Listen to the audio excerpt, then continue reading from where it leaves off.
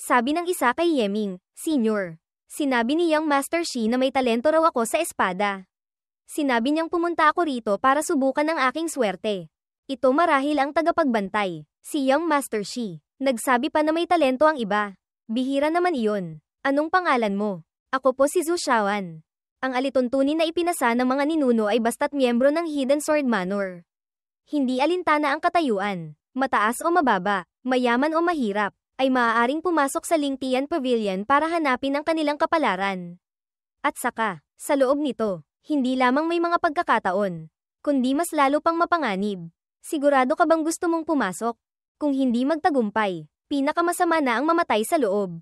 Ngunit kung sakaling magtagumpay, ako, isang hamak na tao, ay maaaring umangat agad sa langit.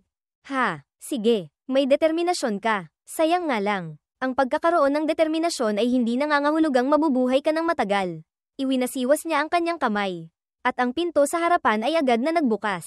Sana magtagumpay ka. Tahimik na humakbang si Yeming papasok. Ang pinto ay agad ding nagsara ng mahigpit. Ang realm ng batang ito ay napakababa.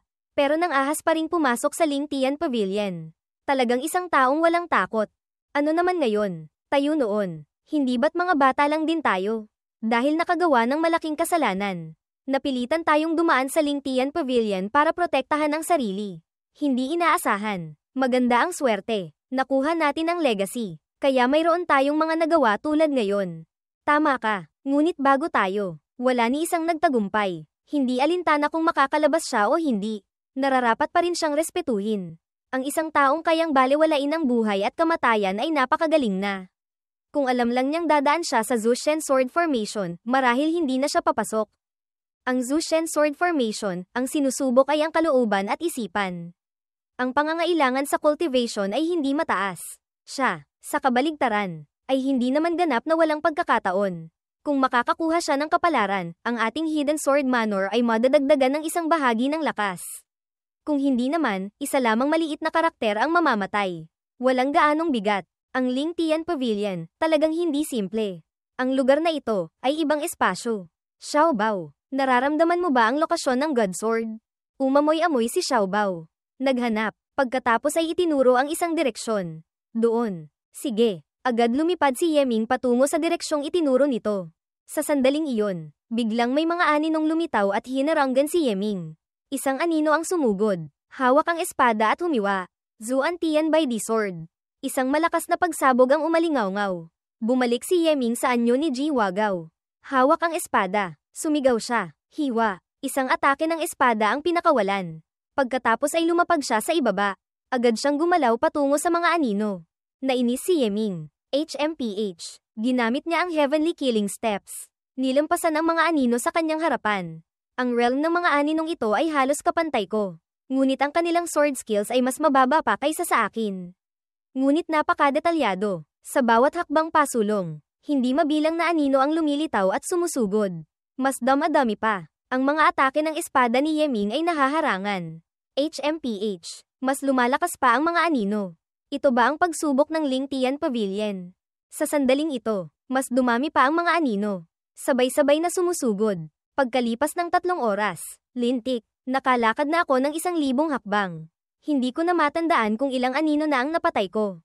Ngunit hindi ko pa rin makita ang dulo. At saka, palakas ng palakas ang mga anino. Mayroon pang ang umabot sa antas ng Lower Martial Ancestor. Sabi ni Beiming, Master, ang lugar na ito ay isang kakaibang sword Dao space. Gamit ang kasalukuyang lakas ni Master. Hindi pa makukuha ang God Sword. Kailangan ng hindi bababa sa pagiging Martial Monarch. O kahit pagkatapos ng Martial Ancestor. Wala akong oras na sasayangin dito. Mas mabuting mag-iwan ako ng transmission array dito. Hintayin kong sapat na ang aking cultivation bago ako bumalik. Pagkalipas ng 1 oras, matapos i-set up ang transmission array, umalis si Yeming mula roon.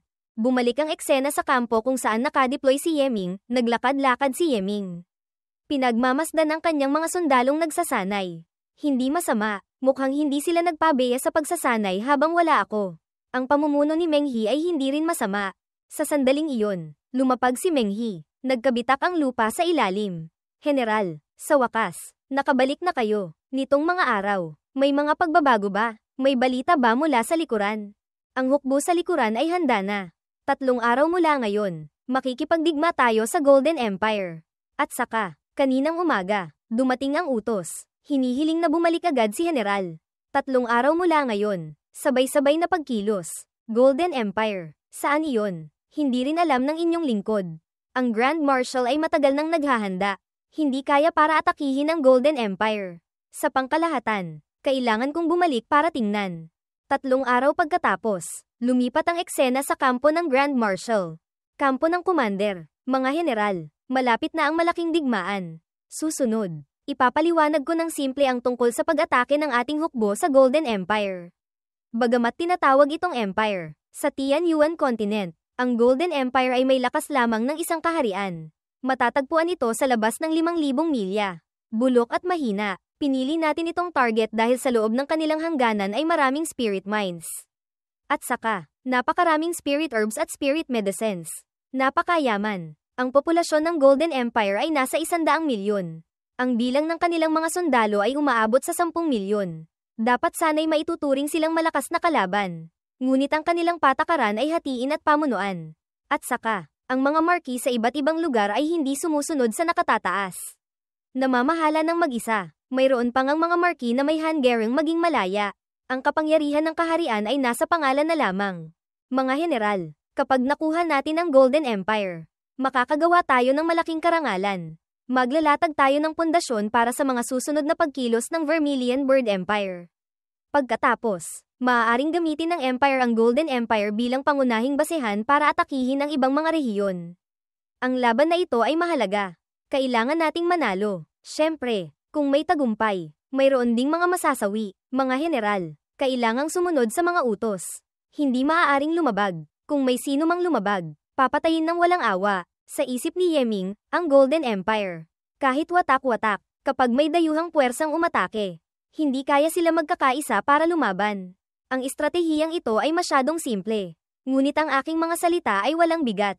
Kahit sabihin ko pa, walang makikinig. Ang teritoryo ng Golden Empire ay malawak. May 400 na marquisettes. Ang ating sangay ay pangunahing aatake sa Wuyang Kingdom. Ang Wuyang Kingdom ay nasa hangganan ng Golden Empire. Napapaligiran ng mga bundok, madaling ipagtanggol, mahirap atakihin. At saka, sa mga pader ng lungsod, may mga malalakas na crossbows at canyon. Kapag umatake, kailangang mabilis na masira. Kung hindi, malaki ang magiging pinsala. Sa labas ng Wuyang Kingdom, may 36 na daanan na diretso sa tarangkahan ng lungsod. Pagkatapos lumapit doon, kailangan ng kooperasyon ng mga general. Bawat isa ay aatake ng isa. At ako, na namumuno sa Western Vermilion Bird Army, ay mananatili roon, laging handang magbigay ng suporta. Susunod, magsisimula na ang pagmarcha at pag-aayos. Li Yuan, Zhu Haiping, kayong dalawang general, responsable sa Timog Silangan patungo sa unang tarangkahan ng lungsod. Kasabay nito, sina Zhao Ying at Hu Guanghan. Dalawang general, tulungan ninyo sa pagwasak ng pader ng lungsod. Naiintindihan. Ji Wagao, Yu Lingzhen, Fan Xiaoshuan, mga general, responsable sa Timog Kanluran patungo sa ikatlong tarangkahan ng lungsod. Kasabay nito, bantayan at wasakin ang lihim na daanan sa ilalim ng lupa ng pader ng lungsod. Naiintindihan. Pagkatapos, sa labas ng Wuyang Kingdom, 100 milya ang layo. Si Yeming at ang dalawang general ay tumitingin sa mapa. Brother Yu, ikaw at ako, pagsamahin natin ang ating mga puwersa. Sabay nating pabagsakin ang bahaging ito ng pader ng lungsod. General Fan Xiaoshuan, totoo ngang hindi malakas ang Wuyang Kingdom. Ang kabuuang lakas ng militar ay hindi aabot sa 3 milyon. Kailangan pa nilang hatiin para bantayan ang 36 na daanan sa pader ng lungsod. Gamit ang pinagsamang lakas nating 200.000, madali tayong mananalo sa pag-atake. General Yu Lingzhen, 200,000. Hindi pa kasama ang aking 30,000 hukbo doon. HMPH. Sa huli, ang Zuan Tian Great World ay hindi lamang bahagyang mas mababa kaysa sa Tianyuan Continent. Haha, sa huli, noong panahong iyon, ang mundong iyon ay sinakop ng Zuan Tian Holy Land. Anong lakas pa ba ang mayroon iyon? Tama iyon, bagamat sinabing sabay-sabay na pagkilos. Ang dalawang ito ay puro teorya lang ang alam. Hindi talaga nila itinuturing na kapantay si General. Masyado silang mapang-api. Sa daan, napansin ko ang kanilang mga sundalo, mahina na parang mga langgam. Hindi talaga maikukumpara sa aking giant spirit soldiers. Turuan kaya natin sila ng leksyon. Huwag, hindi sulit. At saka, tingnan natin kung ano ang kanilang gagawin. Kung ang lakas ay mas nakalalamang na, bakit kailangan pang mag-isip ng husto? Tayong dalawa, pagsamahin natin ang lahat ng ating lakas militar. Ngayong gabi, aatake tayo. Sige, tahimik lamang si Yeming.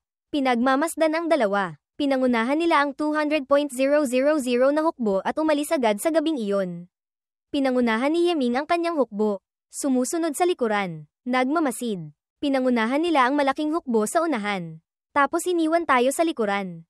Anong ibig sabihin nito? Natatakot silang agawan natin sila ng karangalan. Ano pa ba? Masyado nilang minamaliit ang Wuyang Kingdom. Marami tayong sundalo. Tiyak na matagal nang natuklasan ng mga espiya ng Wuyang Kingdom. Natatakot akong nakapaghanda na sila ng mga patibong. Naghihintay sa ating pag-atake. Kung gusto nilang agawin ang karangalan, mananatili tayo sa likuran. Ibigay natin sa kanila ang karangalan.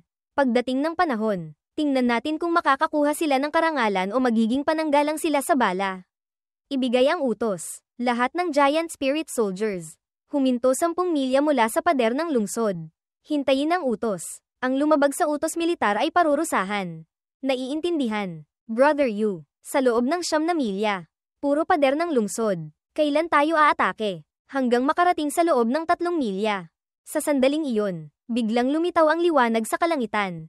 Hindi pa nila maintindihan kung ano ang nangyayari.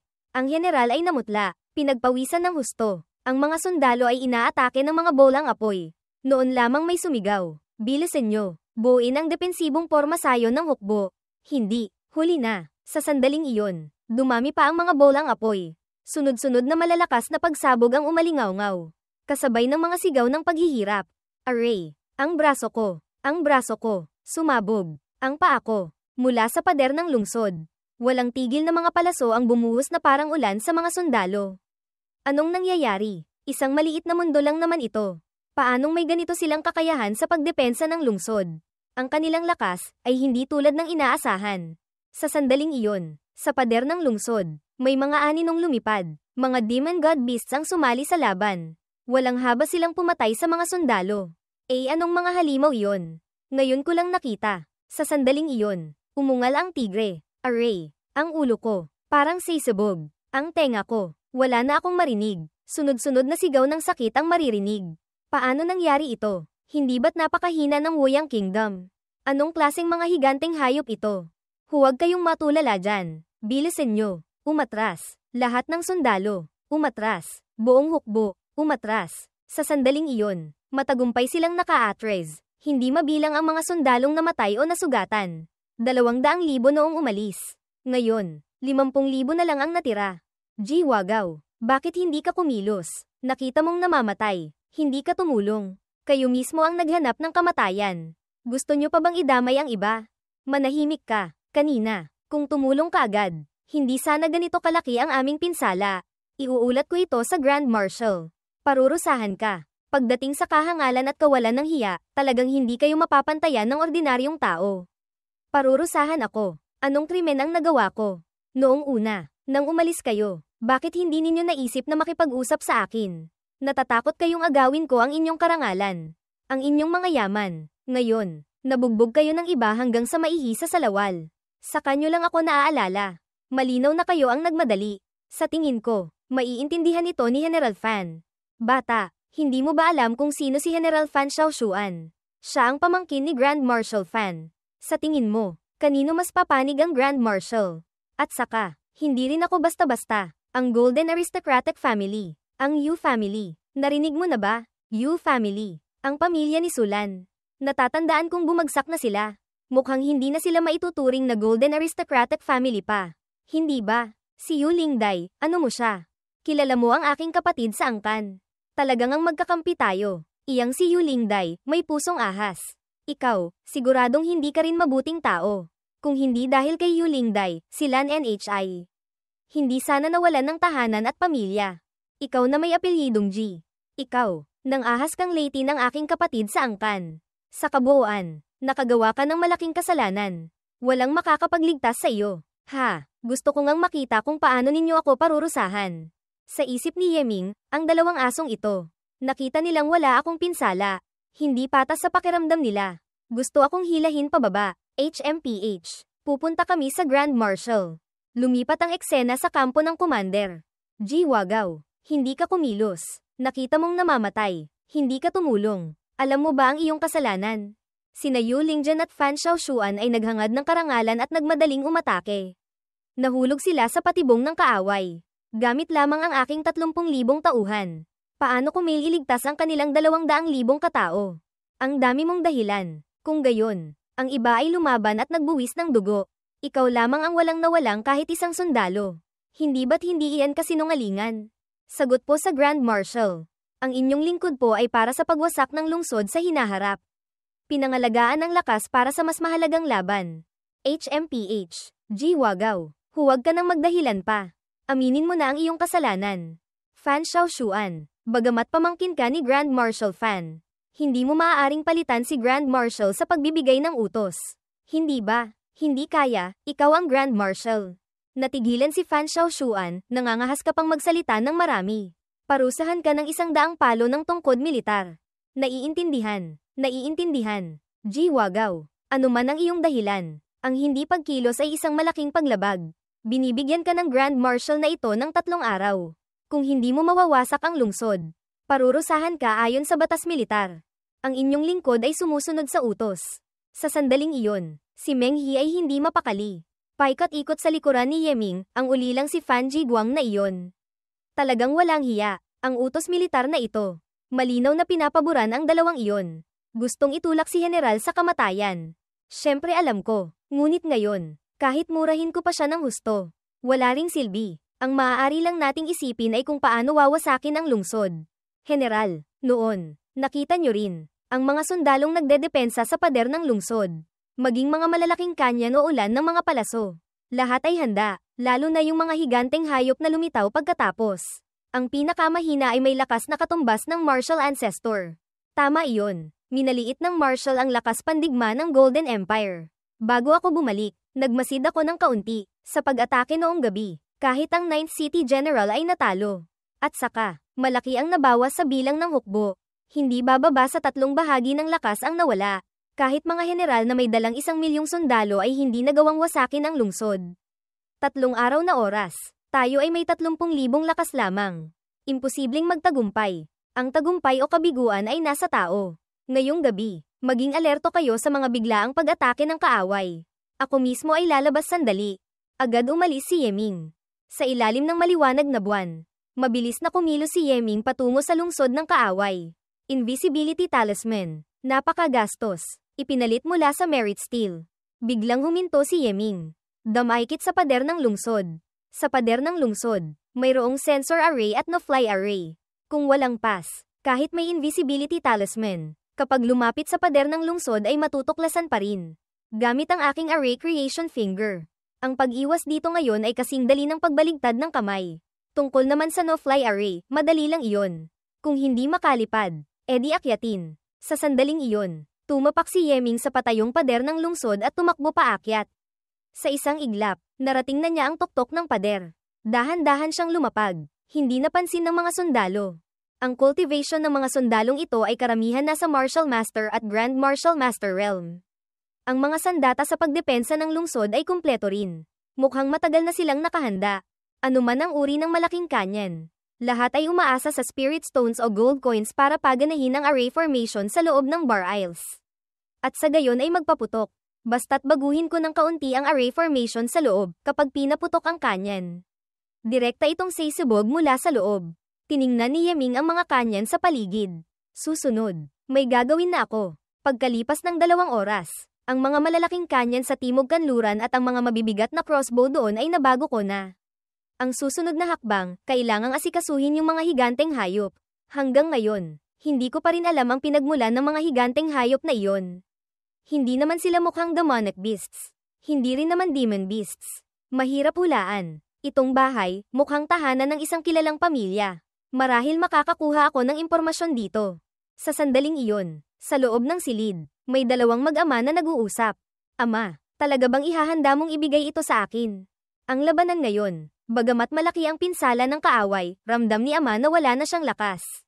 Malaki ang nagastos na chi spirit. Hamina na ang katawan. Si ama ay matanda na. Mahina na ang dugo at chi. Mahirap nang gamitin ito. Kaya ipapasa ko na ito sa iyo. Anak, tiyak na hindi ko bibiguin si ama. Magtatamo ako ng karangalan para sa bansa. Ang aming Yao family ay isang tapat na pamilya sa Woyang Kingdom sa loob ng 10 henerasyon. Ngunit sa pagkakataong ito, malakas ang kaaway. Narinig kong galing sila sa ibang mundo. Pati ibang mga kaharian ay nilulusob din. Anak, bagamat may chi spirit kang proteksyon, pagdating sa larangan ng digmaan, kailangan mo pa ring mag-ingat. Ama, huwag kang mag-alala. Tiyak na maitataboy natin ang kaaway. Ang mga usapin sa digmaan. Sa hinaharap, ipapaubaya ko na sa iyo. Ang Golden Empire, hindi umuunlad ang pamamahala. Ang mga marquis ay nag-aaway-away. Sana ang pagsalakay na ito ay magising sila. Sa loob ng kahon ay ang ulo ng isang demonic beast, nanginginig na tinanggap ito ng anak. Ama, huwag kang mag-alala. Tiyak na magtatamo ako ng karangalan para sa bansa, para mas lalo pang lumakas ang ating pamilya. Sa sandaling iyon, nagsimulang mag-transform ang chi spirit.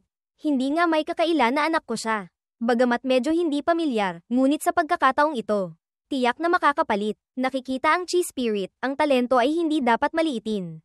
Nakangiti pa ang ama nang bigla siyang sinampal ng anak. Isang malakas na pagsabog ang umalingaw-ngaw. Tuwang-tuwa siyang tumawa. Haha, ikaw na peking ulo. Akala mo ba talaga hindi ko alam? Ang chi spirit ay iisa lang ang amo. Kung hindi ka mamamatay, hindi ko ito ganap na makokontrol. Ngunit sa sandaling iyon, binigyan siya ni Yeming ng isang saksak ng espada. Tumagos sa kanyang dibdib, paghihiganti para sa kanyang ama. Sumulyap siya sa likuran, nakatingin kay Yeming, nakangiti, kumusta, kaibigan. Pagkatapos ay bumagsak siya, nanlalaki pa rin ang mga mata. Umupo si Yeming, pinulot ang chi spirit. Ang higanteng hayop, ito pala iyon.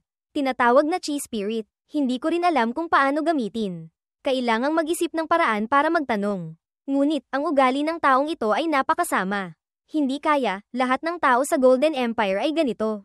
Divine Demon Banner, Refined Soul. Ang kaluluwa niya ay umalis na sa katawan. Sabihin mo sa akin ang lokasyon ng chi spirit at kung paano ito gamitin. Opo, pagkatapos, agad na bumalik si Yeming sa kanyang kampo. General, ito ang chi spirit, ang higanteng hayop sa larangan ng digmaan, ito pala iyon. Hanapin mo ang 5 pinakamalakas na kapatid. Ipasa mo sa kanila ang chi spirit. Kayo po pala, nagawa ninyong makuha ang malaking sandatang iyon. Sayang, hindi sapat ang oras, 5 lang ang nakuha ko. Ngunit sapat na ito. Ang mga kanya ng depensa ng lungsod ay ginalaw ko na rin. Ngayong gabi, wawasakin natin ang lungsod. Diyos ko, hindi nga may kakaila si General. Ngayong gabi, may pag-asa na tayong wasakin ang lungsod. Ngayon din, hahanapin ko ang mga kapatid para subukan ang chi spirit. Sa isip ni Yeming, noong hinahanap ko ang chi spirit, nakita ko ring napakasama ng kalagayan sa Woyang Kingdom. Ang mga tao ay sukdulan sa pagiging makasarili, masama, at malupit. Kayang pumatay ng kamag-anak ng hindi kumukurap. Ama na pumapatay sa anak. Anak na pumapatay sa ama. Ay normal lang. Pati ang mga mamamayan ay bulok din. Hindi nakapagtatakang babagsak ang Golden Empire. Makalipas ang ilang sandali, tinipon na ni Yeming ang mga sundalo. Handa nang umatake. Sugod. Patayin. Ang ating mga reinforcement ay dumating na. Napuno na ng mga sundalo ni Yeming ang lahat ng daanan. General, ang kaaway ay dumating na. Nasa labas ng 7 milya. Anong gagawin natin? HMPH. Isang grupo na hindi natuto sa leksyon. Nangangahas pa ring umatake. Paganahin ang mga kanyan. Para wala na silang mabalikan pa. Ipasok ang mga spirit stones. Paganahin ang mga kanyan. Nakakarga na ang mga kanyan. Ngunit sa sandaling iyon, may tunog ng pagkabiyak na narinig. Ang katawan ng kanyan ay nagkabitak-bitak. Sunod-sunod na pagsabog ang umalingaw-ngaw. Array. Sumabog ang malaking kanyan. Lumayo kayo sa malaking kanyan. Huwag kayong magpanik. Gamitin ang mga crossbow. Hindi maaari. Ang mga crossbow, pabalik ang tira. Maraming kapatid ang nataman. Lintik, bakit nangyayari ito? Sa pader ng lungsod. Ngayon, makapal na ang usok. Lahat ng sundalo, makinig sa utos. Buuin ang ika-13 pormasayon ng hukbo. Flying wing formation. Lahat, umatake. Ang mga sundalo ni Yeming ay sabay-sabay na sumusugod sa pader ng lungsod. Sa sandaling iyon, ang 5 binigyan ng chi spirit ay nagsimula na ring kumilos. Naging mga demonic beast sila na may pulang mga mata. Agad silang tumalon sa pader ng lungsod. Isang dakma lang, naduraj ang pader. Pagkatapos, ginamit ng chi spirit ang kanyang mga paa para wasakin pa ito. Lahat ng sundalo, unahin ang pag-atake sa chi spirit. Kahit anong mangyari, Kailangang protektahan ang pader ng lungsod. Lintik, saan sila nakakuha ng Chi Spirit? Sa sandaling iyon, palihim na lumapit si Yeming sa tarangkahan ng lungsod. Tinipon ng lakas, Dragon Hammer, palo. Isang malakas na pagsabog ang yumanig sa kalangitan nang bumagsak ang martilyo. Ang pader ng lungsod ay ganap ng nawasak. Saan galing ang halimaw na iyon? Ito, Lintek. Ito ba'y anyong tao? Malinaw na isang halimaw na hugis tao. Ang mga sundalong nagbabantay sa lungsod ng Wuyang ay ganap ng natalo. General, ang tarangkahan ng lungsod ay inaatake, bumagsak na. Lintik, babalik ako para iulat ito. Kayo, kahit mamatay kayo, kailangang protektahan ang tarangkahan ng lungsod. General, tumakas na siya. Tumakbo na, tumakas na ang general. Ano pa ang lalabanan natin? Mas mabuti pang mabuhay ng kaiya-hiya kaysa mamatay ng may karangalan. Bilisan nyo, tumakbo, gaya ng inaasahan ko. Kapag naging dehado na ang laban, ang mga sundalong nagbabantay sa lungsod na ito ay tatakbo lang. Kung lumaban sila ng patayan, gamit lamang ang aking 30.000 na lakas. Kahit mawasak ko pa ang lungsod, maaga o huli ay maitataboy din kami. Ang impormasyon ay naipadala na sa Grand Marshal. Tiyak na napakabilis niyang titipunin ang pangunahing hukbo para umatake. General, bumagsak na ang tarangkahan ng lungsod. Ito na ang magandang pagkakataon para sumugod. Bilisan nyo, magbigay ng utos. Magandang pagkakataon. Kung gayon, balak mong gamitin ang 30.000 na lakas para sakupin ang Wuyang Kingdom. Hindi naman po, hindi bababasa kung papasok tayo. Makakakuha tayo ng hindi kaunting karangalan. Ang ating misyon ay wasakin lamang ang lungsod. Ang natitira ay hindi na natin kailangang pakialaman. Ibigay ang utos. Sabihan ang mga kapatid na maghiwa-hiwalay. Ngunit, bakit po? Ang kahihinatnan ng mga naghahangad ng karangalan tulad ni Yu Lingjian at Fan Xiaoshuan, gusto mo ring subukan. Hindi po maglakas loob. Hindi po maglakas loob. Ako na po ang magbibigay ng utos ngayon din. Talagang hindi ko maintindihan kung ano ang iniisip ni General. Ang tarangkahan ng lungsod na pinakamahirap wasakin ay bumagsak na. Bakit hindi tayo papasok? Malinaw na magandang pagkakataon ito para magtamo ng karangalan. Si General ay may sariling mga plano. Sino mang manggahas na magsalita ng kung ano-ano. Mag-ingat kayo. Puputulin ko ang dila niyan. Nang marinig iyon, natakot sila at hindi na nang ahas pang magsalita. General, lahat ng kapatid ay nararamdaman na pinalampas natin ang isang magandang pagkakataon. Ayos lang. Ang larangan ng digmaan ay mapanganib. Basta't makakabawas tayo ng hindi kinakailangang pagkamatay. Kahit mabawasan pa ng kaunting karangalan. Ayos lang iyon. Sa sandaling iyon, isang malaking grupo ng mga sundalo ang papalapit. Sumisigaw, patayin. Si Fan Xiaoshuan ang namumuno sa pag-atake papasok sa lungsod. Anong nangyayari? Ang namumuno sa grupo, si Fan Xiaoshuan pala. Sa likuran, ang malaking hukbo ni Fan Jiguang ay si Fan Xiaoshuan. Salamat kay General Fan sa pagwasak ng tarangkahan ng lungsod. Haha, mabuti na lang salamat kay General Fan. Gaya ng inaasahan, si General Fan ay natatangi. Sa pagsunod kay General Fan, tiyak na anggat tayo. Lahat, patayin. Mas maraming kaaway na mapapatay. Mas malaki ang karangalan. Lintek kayo. Malinaw na si General G ng aming grupo ang nagwasak ng tarangkahan ng lungsod. Bulag ba kayo? Huwag niyo akong pigilan. Papatayin ko ang mga hanggal na ito. Isang grupo ng mga hamak. Ah, ganoon pala. Gusto ni Fan Jiguang na ibigay lahat ng karangalan kay Fan Xiaoshuan. Maghiwa-hiwalay na tayo. General, hindi po pwede. Kung maghiwa-hiwalay tayo, hindi na natin maipagtatanggol ang ating sarili. Pati ang mga kapatid ay hindi sang-ayon. Bakit naman? Tayo ang nagsikap at nagtamo ng karangalan. Tapos iba ang aagaw. Ang karangalan sa digmaan, para sa atin. Walang halaga iyan. Maliban na lamang kung ang nakatataas ay handang ipalit ang karangalan sa material na gantimpala. Kung gusto nilang agawin ang karangalan, ibigay na natin sa kanila. Ngunit ang mga kapatid ay hindi matanggap ang galit na ito. Malinaw na ang karangalan sa pagwasak ng lungsod ay atin. Kay General, tama iyon. Malinaw na pinipilit tayo ng sobra. General, bakit hindi natin hanapin ang Grand Marshal at makipag-usap ng makatwiran? Kung hindi siya magiging patas, tatalikod na ako sa Vermilion Bird Empire.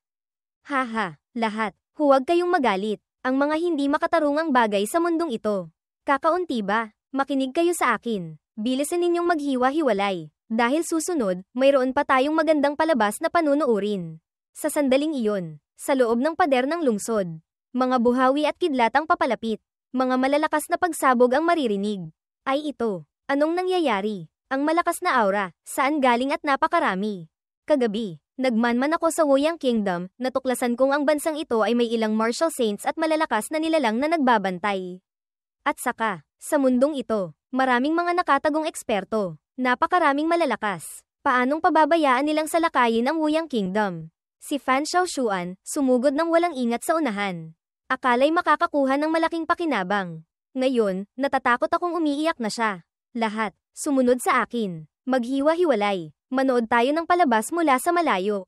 Iwasang madamay. Haha, ang gagong iyon. Napakabilis namang dumating ng karma.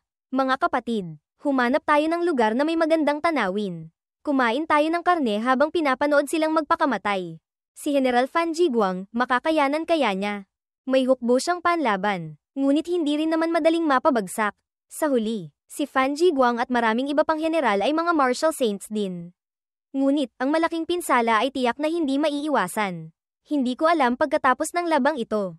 Ilan pa ang matitira sa kanyang pangunahing hukbo. Sa digmaan, ang naging engkwentro ni Fan Jiguang ay mas malala pa kaysa kay Yeming. Ang biglaang paglitaw ng maraming malalakas na nilalang ay hindi niya napaghandaan. Ang mga mamamayan sa loob ng lungsod ay nagtipon. Lumaban ng patayan. Sa huli, ang populasyon ng Woyang Kingdom ay umaabot sa 100 milyon. 100 milyong tao na sabay-sabay lumalaban ng patayan. Kahit pa ang Vermilion Bird Army ay mahihirapang labanan. Malaki ang naging pinsala. Sa katunayan, si Fan Jiguang ay isang Grand Marshal. Ang kanyang lakas sa Martial Saint Realm ay natatangi rin. Sa parehong saklaw, kahit isa laban sa 3 ay mahihirapan siya. At hindi pa niya alam, ang tunay na alas ng Woyang Kingdom ay ang Chi Spirit. Ang ilang mahihinang Chi Spirit ay may lakas na katumbas ng Martial Ancestor.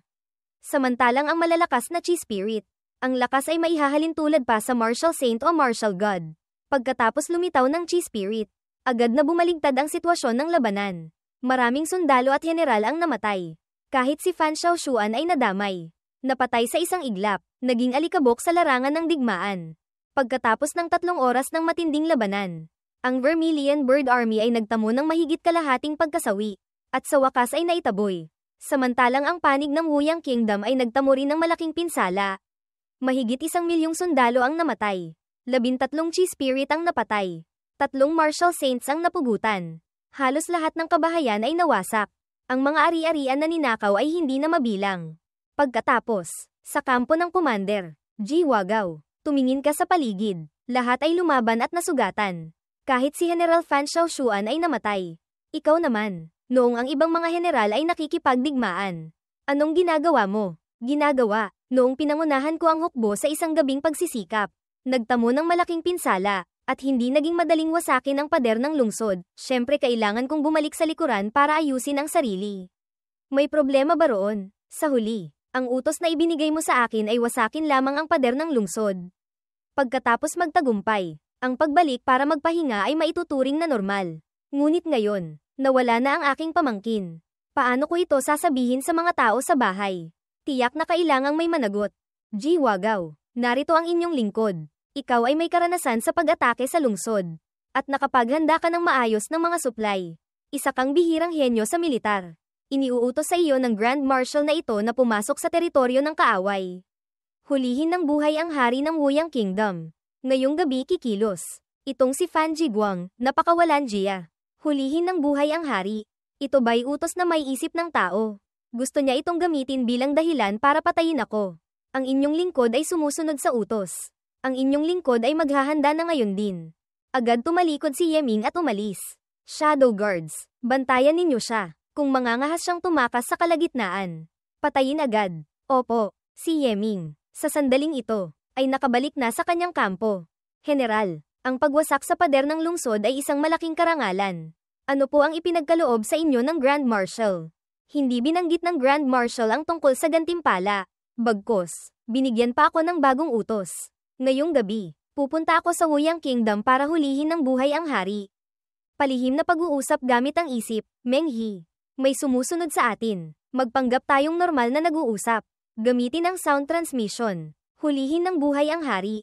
Paanong magagawa iyon? General, ano po ba ang nangyari? Bakit hindi na lang natin tipunin ang ating lakas at patayin ang sumusunod? Hindi magawa. Kailangang gawin. Ang utos militar ay parang bundok. Gusto akong patayin ng matandang asong si Fan Jiguang. Huwag kang kumilos ng padalos-dalos. Mahuhuli ka niya, yung taong iyon. Kaya ko siyang ayusin mag-isa. Kung may mangyari sa akin, ang kapangyarihang militar ay ipapasa ko sa iyo. Ang mga pangangailangan ng mga sundalo ay nasa loob ng singsing na ito. Gamitin mo kung kailangan. Meng He, ang mga kapatid, ipinagkakatiwala ko sa iyo. Mahal na general, kailangan niyo po ba talagang umalis? Hindi niyo na po ba kami kailangan? Napilitan akong sundin ang utos. Kahit matapos ko pa ang misyong ito. Sa hinaharap, kikilos pa rin laban sa akin ang matandang asong si Fan Jiguang. Kung gayon, mapipilitan na akong umalis at hindi na bumalik. Pagkatapos kong umalis, ngayong gabi, magpapanggap akong sumugod sa Woyang Kingdom. Pagkatapos, ikalat ninyo ang balita na napatay ako ng mga taga-Woyang Kingdom. Sa hinaharap, gagamit ako ng ibang pagkatao para makipag-ugnayan sa inyo. General, mag-ingat po kayo. Ang mga kapatid ay maghihintay magpakailanman sa inyong pagbabalik. Makalipas ang ilang sandali, sa isang ilang nakagubatan, mabilis na kumikilos si Yeming. Sa likuran, may anino pa ring sumusunod. Sabi ni Beiming, Master, yung tao sa likod, sumusunod pa rin. Malamang nasa martial ancestor realm ang lakas niya. Mayroon na akong plano, dito ko siya aayusin. Bumilis si Yeming, nawala sa mga puno. Sa sandaling iyon, ang Shadow Guard ay natigilan. Naghahanap, bigla siyang inatake ng isang higanteng kamay. Mabilis siyang tumalon. Sa sandaling iyon, nalantad na ang kanyang pagkatao.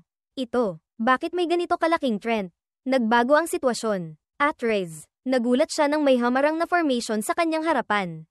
Agad siyang tumilapon pababa. Ito ay no-fly formation. Sino ang gumawa nito? Hindi kaya, yung bata. Imposible. Sa sandaling iyon, sa ilalim ng kanyang mga paa, may mga lilang usok na kumapit. Ha, lason. Sa sandaling iyon, sumugod na ang Trent. Ang buhay ko. Ang Shadow Guard ay dinagana ng Trent hanggang sa madurage sa lupa. Ang Trent, sa sandaling iyon, ay lumiit ang katawan. Tumayo sa harap ni Yeming. Master, naayos ko na siya. Napakagaling. Akala ko pa naman, sa tulong mo, mas magiging madali ang pagkilos ng malaking hukbo sa Zuan Tian Great World. Ngayon, nag-iisa na lang ako. Ibabalik ko na ang iyong kalayaan. Nalungkot ang Trent, Master. Sa isip ni Yeming, ang Trent na ito ay mapayapang namuhay kasama ko. At marami rin siyang naitulong sa akin. Susunod, haharapin ko ang Hidden Sword Manor. Gamit ang kanyang lakas na katumbas ng Martial Saint.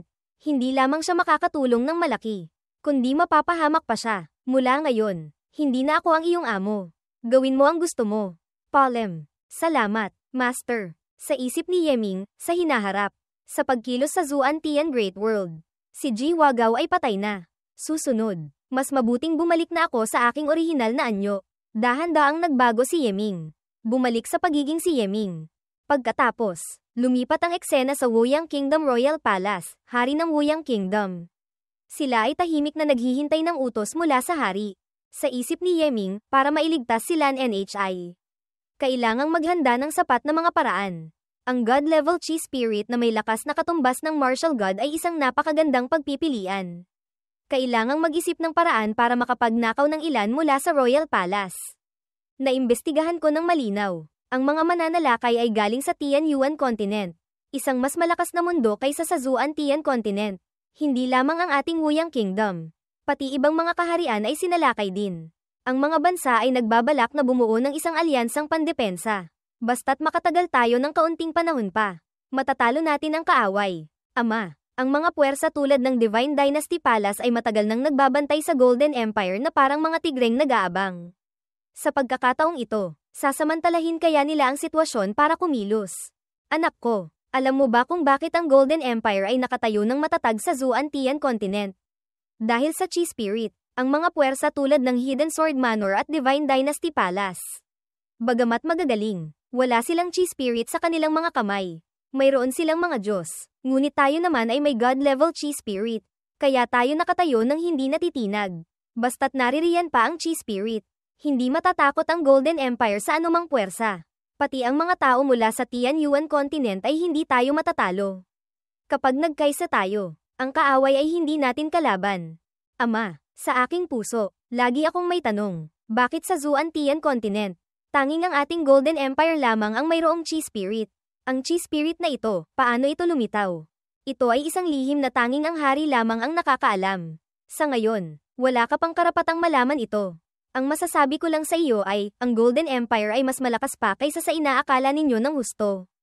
Sa isip ni Yeming, ano ba naman itong matandang ito?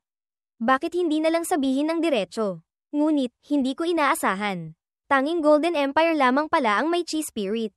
Ano ba talaga ito? Kayo lahat ay mga ministro at maharlika na may hawak na kapangyarihan sa Huyang Kingdom. Ngayon, tinawag ko kayo rito dahil gusto kong gawin ninyo ang lahat para pigilan ang kaaway. Ngayon ang pinakamahalagang krisis. Ang mga kaharian ay magkakaisa laban sa kaaway. Bubuo ng alyansa. Pagdating ng panahong mabuo ang alyansa, bawat kaharian ay kailangan lamang maglabas ng isang God-level chi spirit. Kahit pa sila ay mula sa Divine Dynasty Palace, Hidden Sword Manor, o sino mang mananalakay, lahat sila ay mamamatay. Pagdating ng panahong iyon, ang Golden Empire ang mamumuno sa buong Zuan-Tian Continent. Magiging pinakatoktok na imperyo. Mabuhay ang Golden Empire. Pagkatapos, pinaalis na ng hari ang pagpupulong. Beiming, ang transformation art, kaya mo ba akong gawing isang lumilipad na insekto? Kaya po, ngunit kailangan ng kaunting oras. Hindi pwede, matagal na ang oras. Natatakot akong may mangyaring pagbabago. Karma Heaven Shadow, ilabas. Ano kaya ang itinatago ng haring iyon? Merit Steel. Gumastos ng 30 milyong martial god coins kapalit ng isang transformation talisman na hindi matutuklasan ng martial god. Sa sandaling iyon, si Yeming ay naging isang insekto. Lumipat ang eksena sa isang silid ng hari, mahal na hari. Naniwala ba sila? Huwag kang mag-alala. Sila sa larangan ng digmaan ay lalaban ng patayan. Marahil ay hindi sila tatagal ng ilang araw. Bago ang huling tarangkahan, ang mga kaharian ay hindi pa makakabuo ng alyansa. Kaya kailangan nating mabilis na mag-ayos at umiwas sa pinakamapanganib na panahon. Mahal na hari, nakuha na po ba lahat ng gamit? Matagal nang kinuha, basta't nasa kamay natin itong God-level chi spirit. Kasama pa ang mga kayamanang matagal nang itinago. Tiyak na magtatamasa tayo ng kayamanan at kalayaan. Narito ang God-level chi spirit, kung handa na, umalis na tayo ngayon din. Nitong mga panahong ito, binabantayan tayo ng reyna. Ako'y natatakot. Sige na nga, mas maaga. Mas panatag ang loob. Itinago niya ang chi spirit. Pagkatapos ay nagbukas ng isang special gate. Pagbalik natin, yung matandang babaeng iyon. Malamang patay na siya nang walang nakakaalam. Ha! Agad lumipad si Yeming papasok sa gate. Agad din itong nagsara. Lumipat ang eksena sa isang kuweba sa labas ng libu-libong milya. Ang gate ay nagbukas sa harap ng isang grupo ng mga dalaga. Yumuyuko sila sa hari. Mula ngayon, masarap na ang buhay natin dito sa kuweba. Hintayin nating lumipas ang panganib. Babalik tayo sa Huyang Kingdom. Nakakainis. Ang mamuhay ng malaya at walang alalahanin, totoo ngang. Mahal na hari, ang mga dalaga ay naghanda na ng alak at pagkain. Inaanyayahan po kayong kumain. Mahal na hari, ha ha ha. Ngayon, hindi tayo uuwi hanggat hindi lasing. Mahal na hari, pagkatapos uminom hanggang malasing, hindi po kayo gagawa ng masama. Hindi ba? Iyan, hindi tiyak. Sa isip ni Yeming, sa alak, may naglagay ng chi poison. Ang matamaan ng lason ay tiyak na mamamatay. Kahit martial god ay hindi makakaiwas. Itong matandang hari, malapit nang mamatay. Pagkainom pa lang niya ng unang kopeta, agad na kumalat ang lason. Nagalit ang hari, sumugod at sinakal ang dalawang babaeng katabi. Pinagkatiwalaan ko kayo ng ganito. Tapos pinahamak niyo ako. Mahal na hari, wala po kaming ginawa. Mahal na hari, kawawa naman kami. Isang tunog ng pagkabali ang narinig. Ang dalawang babae ay binali niya ang leeg. Sa sandaling iyon, may pumalakpak mula sa likuran. Mahal kong hari, ako ang naglagay ng lason. Bakit mo pinatay ang iyong mga magagandang babae? Dapat ako ang pinatay mo. Reyna, ikaw. Sa sandaling iyon, kumalat na ang lason, at agad bumagsak ang matandang hari. Ikaw na maalay. Akala mo ba talaga wala akong alam? Nakikita ko ang lahat, kasama na ang kuwebang ito na ipinatayo mo. Alam ko rin, kaya binili ko na ang lahat ng mga dalaga rito. Tungkol naman sa mga dalagang inihanda mo para gamitin sa hinaharap, isasama ko na rin sila sa ilalim ng lupa para samahan ka. Reyna, napakasama mo. Hindi mo ba inalala ang ating pagsasama bilang mag-asawa? Mayroon ba tayong pagmamahalan? Matandang lalaki, kapag namatay ka, dadalhin ko ang chi spirit at ang mga tunay na kayamanan at tatakas. Kukuha ako ng 3,000 magagandang lalaki. Kailangan kong magsaya sa natitira kong buhay. Sa sandaling iyon, palihim na lumapit si Yeming at kinuha ang chi spirit mula sa katawan ng matandang hari. Pagkatapos ay agad lumipad palayo. Napansin niya ang paglitaw ni Yeming. Pagkatapos ay malakas siyang tumawa. Ha, tapos na. Natuklasan ako ng hari. Patuloy pa rin ang masayang tawa. Matandang lalaki, anong tinatawa-tawa mo? Tinatawanan ko kayong nagsikap ng walang kabuluhan. Ang resulta, wala kayong nakuha kahit ano. Agad gumamit si Yeming ng escape talisman at tumakas. Ito ay spatial fluctuation na nilikha ng escape talisman. Lintik, tiyak na may nagnakaw ng kayamanan. Huwag kang makatakas. Sa sandaling iyon, si Yeming ay nakapag-teleport na palayo mula sa kuweba ng hari ng Wuyang. Beiming, kumusta ang sitwasyon? Master, yung martial saint na dinala ng Reyna, gamit ang spatial fluctuations. Papunta na rito para pumatay. Bilisan mo, tumakbo. Walang tigil na gumamit si Yeming ng mga escape talismans. Tumatakas, pinapanatili ang distansya. Makalipas ang ilang sandali, lumipat ang eksena sa Divine Lake. Divine Lake, bakit ako napunta rito? Ngunit, mabuti na rin. Ang paglubog sa lawa, marahil makakaiwas ako sa pagtugis. Sa sandaling iyon, mula sa ilalim, isang espada ang tumusok paitaas. Ginamit ni Yeming ang Heavenly Killing Steps para umiwas. Pangahas, sinong nang ahas na pumasok sa Divine Lake? Kaibigan, hindi pagkakaunawaan ito. Hindi ko sinasadyang pumasok sa Divine Lake. Aalis na ako agad. Sa isip ni Yeming, ang lakas ng taong ito ay nasa Martial Monarch level. Ang Divine Lake, lugar ba ito na basta mo nalang pupuntahan at aalisan? Iwan mo lahat ng gamit sa iyong katawan. Pagkatapos, maaari ka nang lumayas. Kung hindi, iwan mo ang iyong buhay dito. Sa wakas, naintindihan ko na. Ang mga utak ninyong mga taga-Zuan Tian Continent, lahat may problema. Ang sitwasyon ngayon ay apurahan. Bilisan mong ayusin ito. Nagalit siya at sumigaw. Pangahas, nagpakawala ng isang hibla ng sword chi patungo kay Yeming. Tanggalin ang selyo ng bloodline. Tunay na dragon body. Ginamit ni Yeming ang kanyang bibig para kagatin at durugin ang sword chi nito. Natakot siya at nanginig. Dragon, dragon, dragon. Iwinasiwas ni Yeming ang kanyang buntot. Pinatalsik siya. Bumagsak siya sa lupa. HMPH. Gusto ko ngang makita kung ano ba talaga ang espesyal sa Divine Lake na ito. Makalipas ang ilang sandali, dumating na ang Reyna kasama ang kanyang mga tauhan. Reyna, narito na ang teritoryo ng Divine Lake Palace. Ang mga demonic beast sa lawa ay marami. Hindi tayo maaaring kumilos ng padalos-dalos. Lintik, hindi kaya, ang Divine Lake Palace ang nagpadala ng tao para nakawin ang aking national treasure. Reyna, sa harap ng kaaway, hindi pa rin tayo maaaring magpadalos-dalos at saktan ang sarili nating lakas. Nakakainis, kung gayon, hintayin nating maitaboy ang kaaway bago pumunta sa Divine Lake Palace para hanapin ang tao. Samantala, sa kalaliman ng Divine Lake, HMM. Sa loob ng Divine Lake na ito, may kakaibang hininga na dumadaloy, pumapasok sa aking katawan, pinatitibay ang aking dragon body, napaka-komportable ko. Hindi ko inaasahan. Ang tubig sa Divine Lake ay may ganito kapambihirang epekto. Habang lumalangoy ako pababa, mas ilinaw ang kakaibang hininga. Kung ganito, hindi magtatagal. Ang aking Dragon God Art ay magbe-breakthrough na. Saan ba talaga nagmumula ang hiningang ito? At saka, ayon sa Loika, ang ganito kaalagang lupain ay dapat maraming demonic beasts. Ngunit ngayon, kahit isang isda ay hindi ko makita. Hindi kaya, kinain na silang lahat ni Xiao Qiang. Hindi ko alam kung saan sa Divine Lake. Nagulat si Yeming nang may makita sa kalaliman sa ibaba. Array formation. Hindi, ito ay multiple array formations. Sa paglusong pa ng 5,000 metro. Bawat 100 metro ay may isang array formation. Ano ba talaga ang nasa ilalim? Ang array na ito, hindi ako mahihirapan dito. Sisisid ako para tingnan. Patuloy na lumusot si Yeming sa mga array formations. Lumalalim pababa, sa kalaliman sa ibaba, may isang buhawi. Ang kakaibang hiningang ito, nagmumula sa kuwebang iyon. Ang hininga, napaka-espesyal. Sabi ni Beiming, Master, lumapit ka ng kaunti, mararamdaman mong napakakapal nito. Sa paglapit pa lang, ang aking katawan ay hindi mapigil ang manginig. Ano ba talaga ang hiningang ito? Pagkahawak pa lang ni Yeming, hinayla siya ng hiningang iyon papasok. Makalipas ang ilang sandali, ibinato si Yeming sa isang lugar. Array, anong nangyari? Sa harap ni Yeming ay isang higanteng ulo. Nakagapos ito ng mga pulang cade ng bakal. Mula sa kanyang ilong ay may lumalabas na mga hibla ng hangin. Senior, naghintay si Yeming ngunit walang sagot. Lumapit si Beiming para suriin. Master, ang bungo na ito ay ganap ng naging bato. Wala nang anumang senyales ng buhay. Maaari nang lumapit, ang mga ron sa mga cade ng ito, sa isang tingin ko pa lang. Nahihilo na ako. Sino ba talaga ang nag-set up nito? Gaano kalakas ang may-ari ng bungo na ito? Hindi rin alam ni Beiming. Tiyak na napaka-espesyal ng taong ito.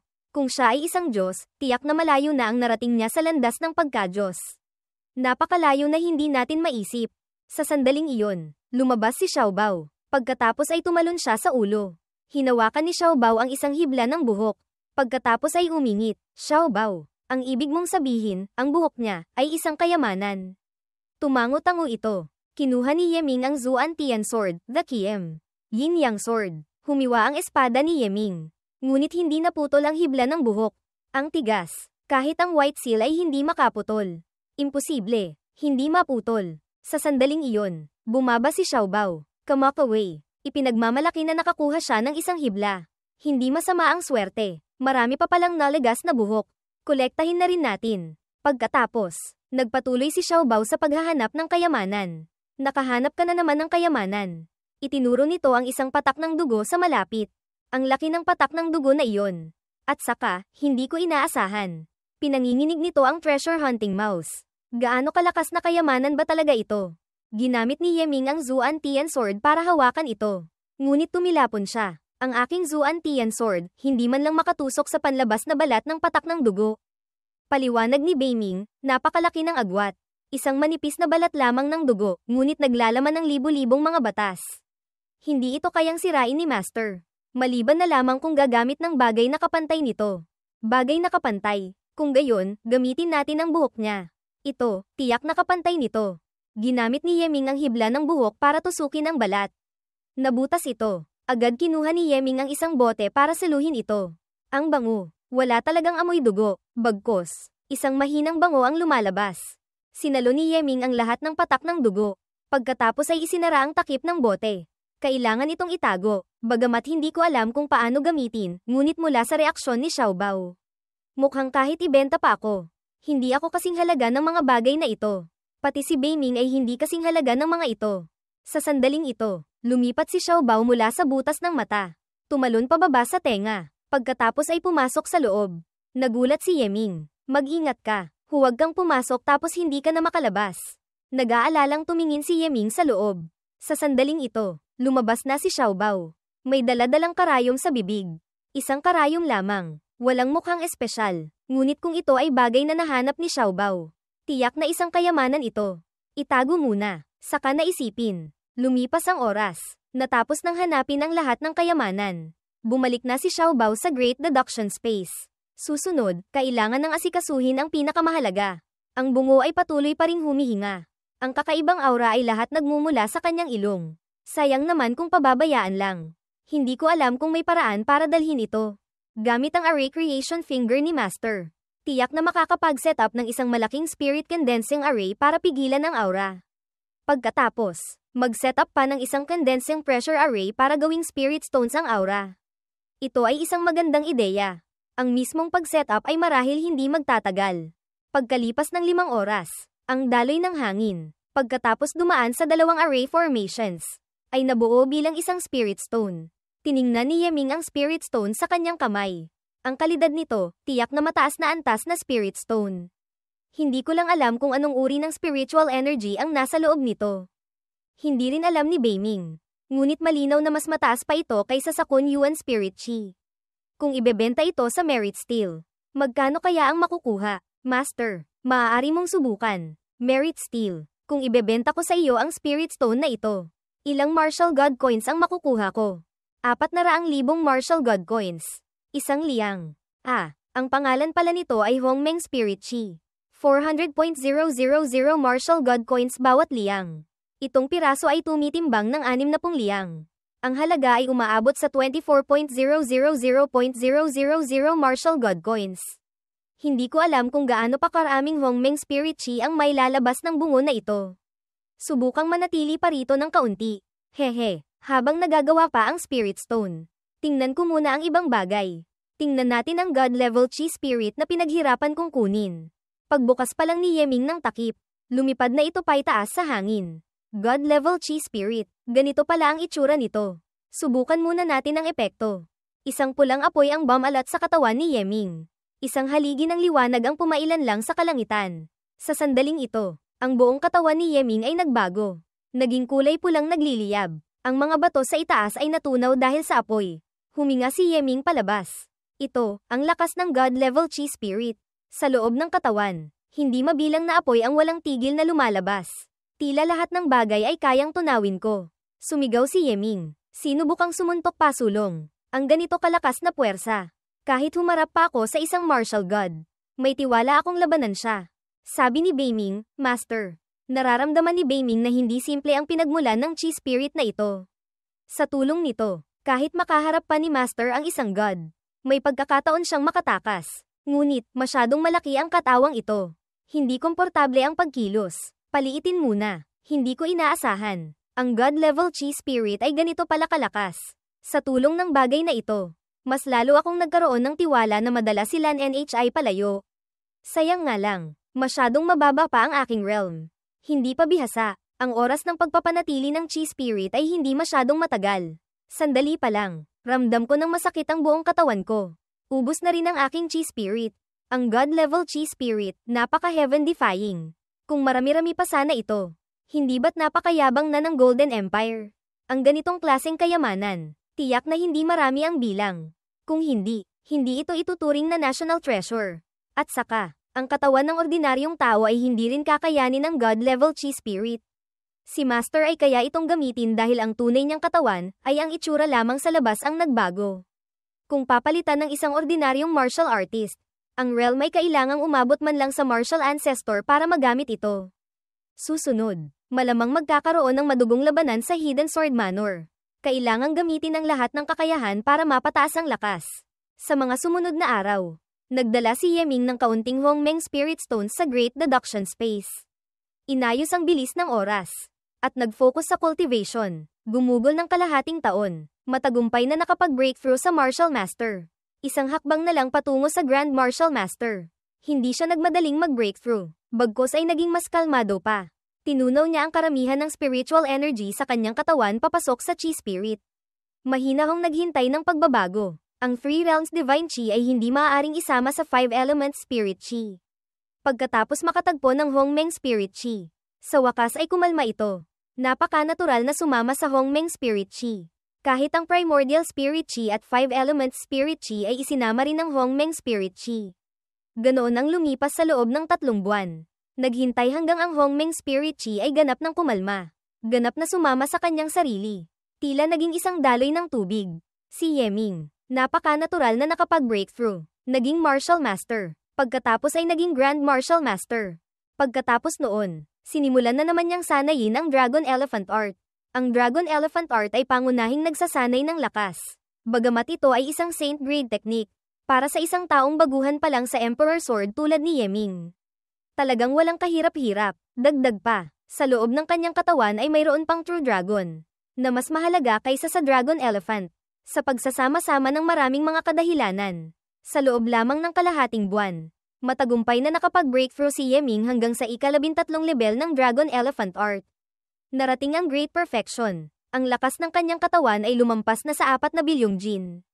Gamit lamang ang lakas, malalampasan niya na ang lahat ng techniques at divine abilities. Isang lakas, kayang sirain ang lahat ng batas. At sa kasaysayan, ang mga nagsanay ng Dragon Elephant Art, kahit pa mga henyo, ay kailangang nasa itaas ng Martial Monarch Realm bago marating ang hakbang na iyon. Pagkalipas ng 7 araw, ang realm ay nakapag-breakthrough na hanggang Grand Martial Master.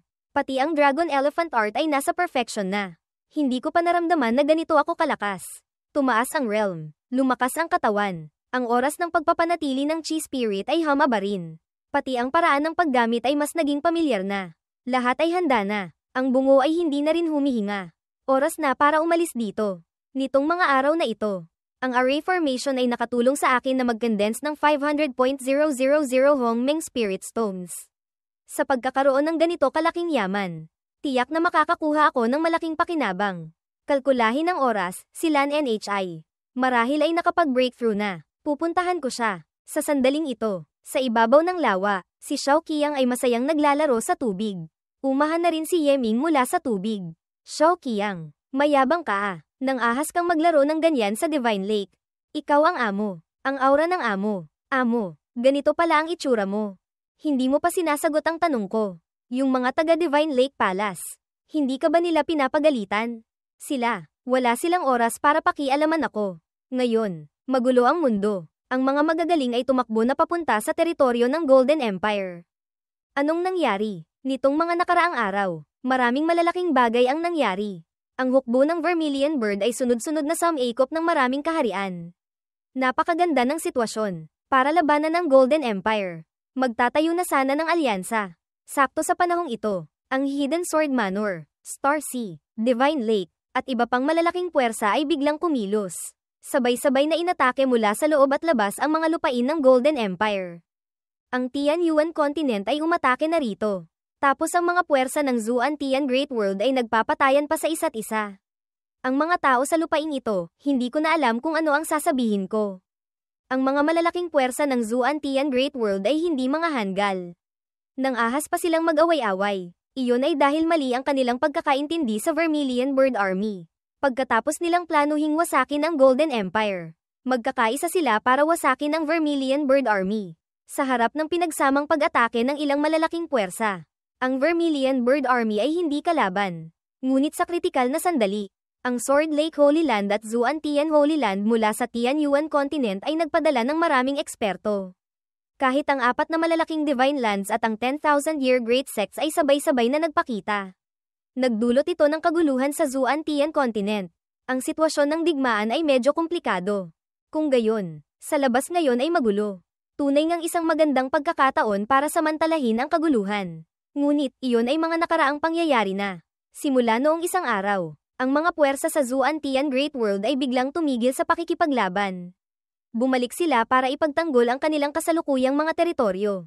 Pati ang mga martial artists ng Tianyuan Continent ay tumigil din sa pagiging agresibo. Ang magkabilang panig ay biglang tumahimik. Hindi ko alam kung bakit.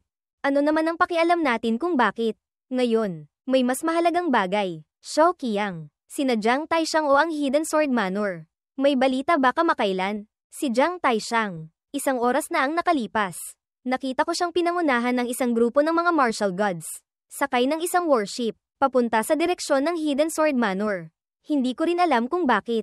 Siguro makikipaglaban na naman. Tapos na. Sa pagkakataong ito, ang pagpunta niya sa Hidden Sword Manor, marahil ay dahil kay Sulan. Shao Qiang, bilisan mo. Papunta tayo sa Hidden Sword Manor. Lumipat ang eksena sa Hidden Sword Manor. Ang mga tao ng Hidden Sword Manor ay nagsisikap na panatilihin ang malaking defensive array. Si Jiang Taishan ay nakakrus ang mga braso. Nakatingin sa ibaba. Sa sandaling ito, ang barrier ay dahan-daang nagkakabitak. Isang hamak na Hidden Sword Manor. Nangangahas pang lumaban sa Crown Prince ng Vermilion Bird. Hindi pa ba ninyo ibibigay si Yu Lingqiao? Ang ibang kasama niya ay nagbanta rin. Bilisan nyo. Ibigay nyo si Yu Lingqiao. Ang sound transmission nila ay nagpayanig sa barrier. Ang mga tao ng Hidden Sword Manor ay tahimik na nag-iisip. Little Jiu. Si Jiang Taishan ay hindi lamang Crown Prince ng Vermilion Bird, kundi tagapagmana rin ng Eternal Divine Mountain. Ngayon, nagdala siya ng 10 God-level experts. Ang babaeng iyon, hindi mo siya kayang protektahan. Grand Ancestor, Eternal Divine Mountain. Ano naman, basta't gamitin natin ang Divine Sword. Mapapatay natin sila. Bata, ang Divine Sword ba ay basta-basta na lang gagamitin? At saka, hindi mo ba alam ang kakilakilabot na lakas ng Eternal Divine Mountain? Naghirang ito ng hindi mabilang na mga Diyos. Kung kikilos sila, ang Hidden Sword Manor ay tiyak na hindi kalaban. At saka, ang taong iyon ay ang Crown Prince ng Vermilion Bird. Malaki ang kanyang katayuan. Paanong magkakaroon tayo ng alitan sa kanya dahil lang sa isang babae? Ibigay mo na ang babaeng iyon. Naiintindihan. Ang Hidden Sword Manor ay walang karapatang ibigay ako kaninuman. Bitawan niyo ako. Babaeng ito. Noon, pumasok ka sa aking Hidden Sword Manor. Si Little Jiu ay hindi naging maramo sa iyo. Binigyan ka ng mga yaman para sa cultivation. Gina mo ang iyong mga sugat. Ngayon, ang malakas na kaaway ay dumating para hanapin ka. Panahon na rin para suklian mo ang utang na loob. Ang utang na loob sa inyo ay nabayaran ko na noong ibinigay ko ang Holy Land Martial Technique. Bakit sinasabi mo pang utang na loob? Noon, para takasan si Jiang Taishan. Halos mamatay ako para lang makapasok sa Zuan Tian Great World. Ngayon, gusto niyo akong ibigay sa kanya. Maliban na lamang kung mamatay ako. Kahit bangkay ka pa, kailangan ka naming ibigay. Iwinasiwas niya ang kanyang kamay. Itinulak si Sulan patungo sa kanila. Bitawan niyo ako. Bilisan niyo. Bitawan niyo ako. Mingge. Si Lan NHI, hindi ka na mahihintay pa. Sa sandaling iyon, lumitaw sa kalangitan ang isang liwanag. Direktang tumama ito kay Sulan. Isang pulang apoy ang bumalot. Sina Yeming at Xiao Qiang ay lumitaw sa tamang oras. Sinalo si Sulan. Lan NHI. Nandito na ako. Nanginginig siya. Puno ng emosyon nang makita si Yeming. Mingge. Sino ang taong ito? Sagot po sa Crown Prince. Siya marahil si Yeming ng Yin Yang Sect. Isang mag-aaral ng Azure Dragon Academy. Nakuha niya noon ang unang pwesto sa Latent Dragon Rankings at numero 1 sa Sword Fighting Assembly. Isa siyang talento. Si Yu Lingqiao, nagtatago sa akin dahil sa kanya. Ano? Sayang. Isang ganitong klaseng henyo, malapit nang mawala. Crown Prince. Si Sulan ay nailabas ko na. Ang bagay na ito ay wala nang kinalaman sa aking Hidden Sword Manor. Umatras sila pabalik sa manor. Winasak ni Yeming ang cade ng bakal sa kamay ni Sulan. Humagulgol siya. Mingge, bilisan natin. Tumakas tayo. Hindi na makakatakas pa. Ang espasyo sa paligid ay naharangan na. Kahit escape talismans o escape martial tools ay hindi na magagamit. Hindi masama, bata. Isang Grand Martial Master Realm lang. Ngunit gamit ang Chi Spirit. Nagkaroon ka ng lakas ng Martial God. Ngunit, sa tingin mo ba talaga? Sa ganito lang, kaya mo na akong harapin. Jiang Taishan. Pakawalan mo si Sulan. May utang na loob ako sa iyo. Nagulat siya nang marinig ito. Pagkatapos ay malakas na tumawa.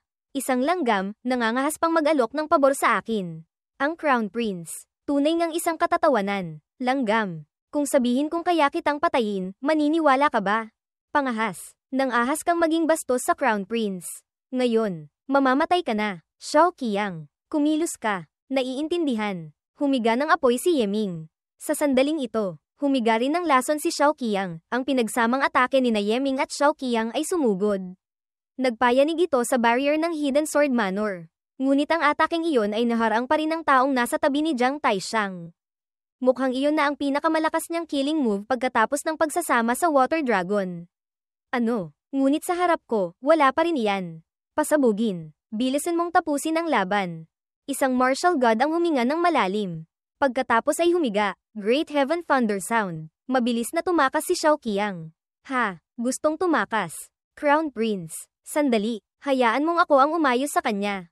Ang lalaking may pulang buhok ay pumasok sa spatial tunnel. Patay na. Master. Yung martial god na iyon. Lumipad na sa kalangitan. Mahahabol na tayo. Mingge. Hindi ka dapat pumunta rito. 10 martial gods, hindi natin sila kayang labanan.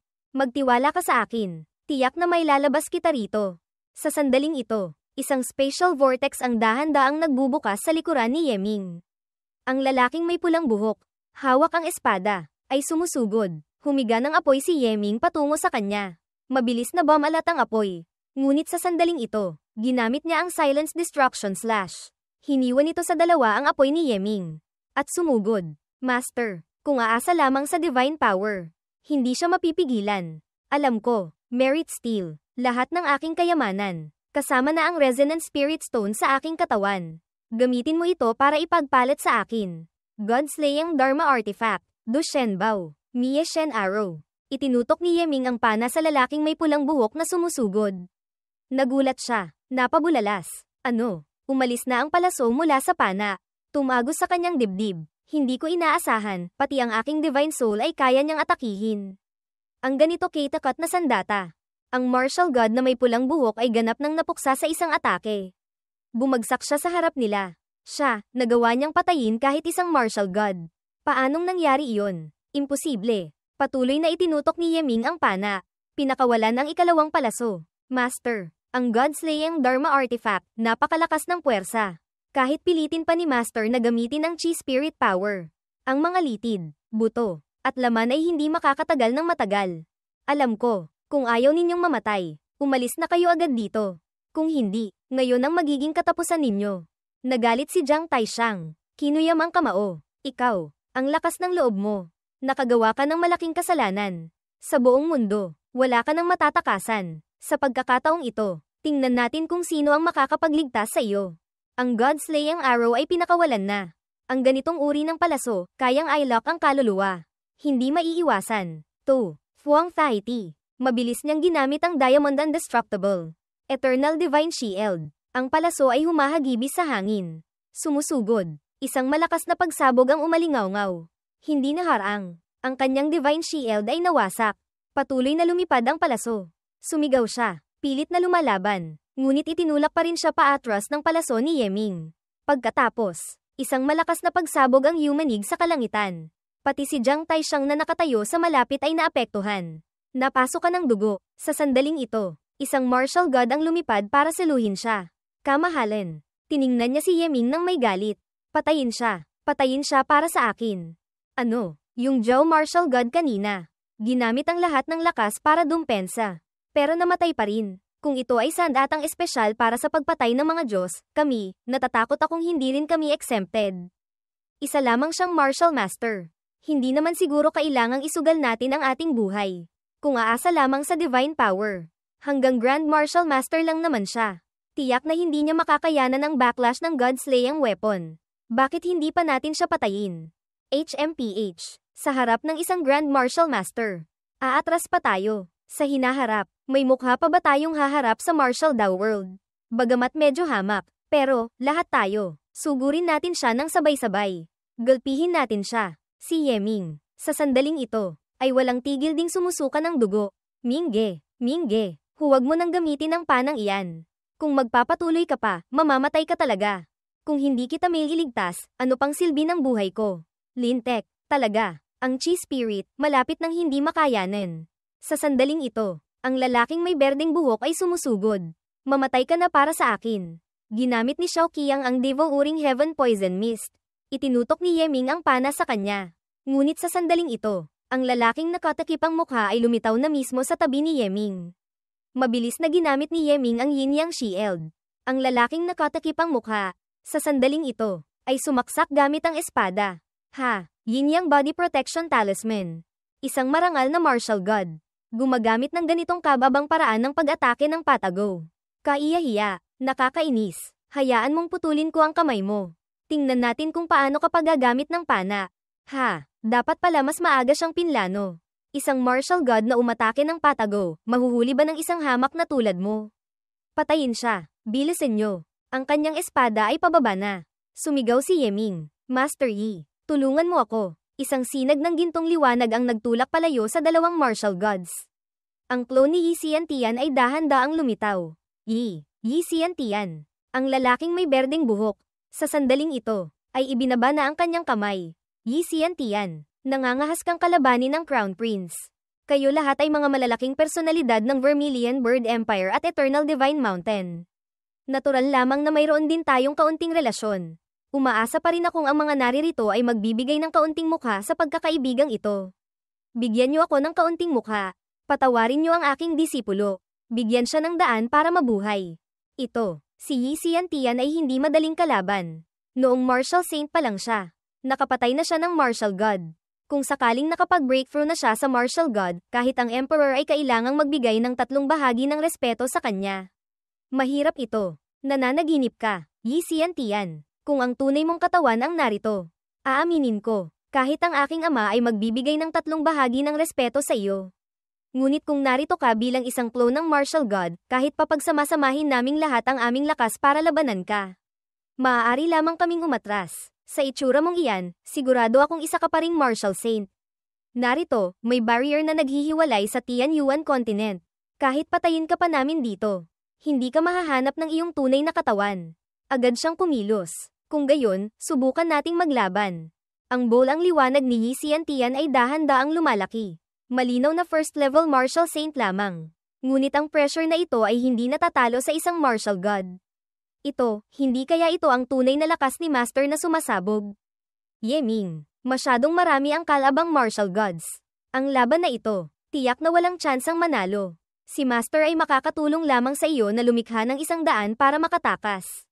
Kailangan mong samantalahin ito ng husto. Opo, Beiming, gamutin mo ako. Sige. Nagpakawala si Yi Xiantian ng malaking halaga ng Yin Yang Chi.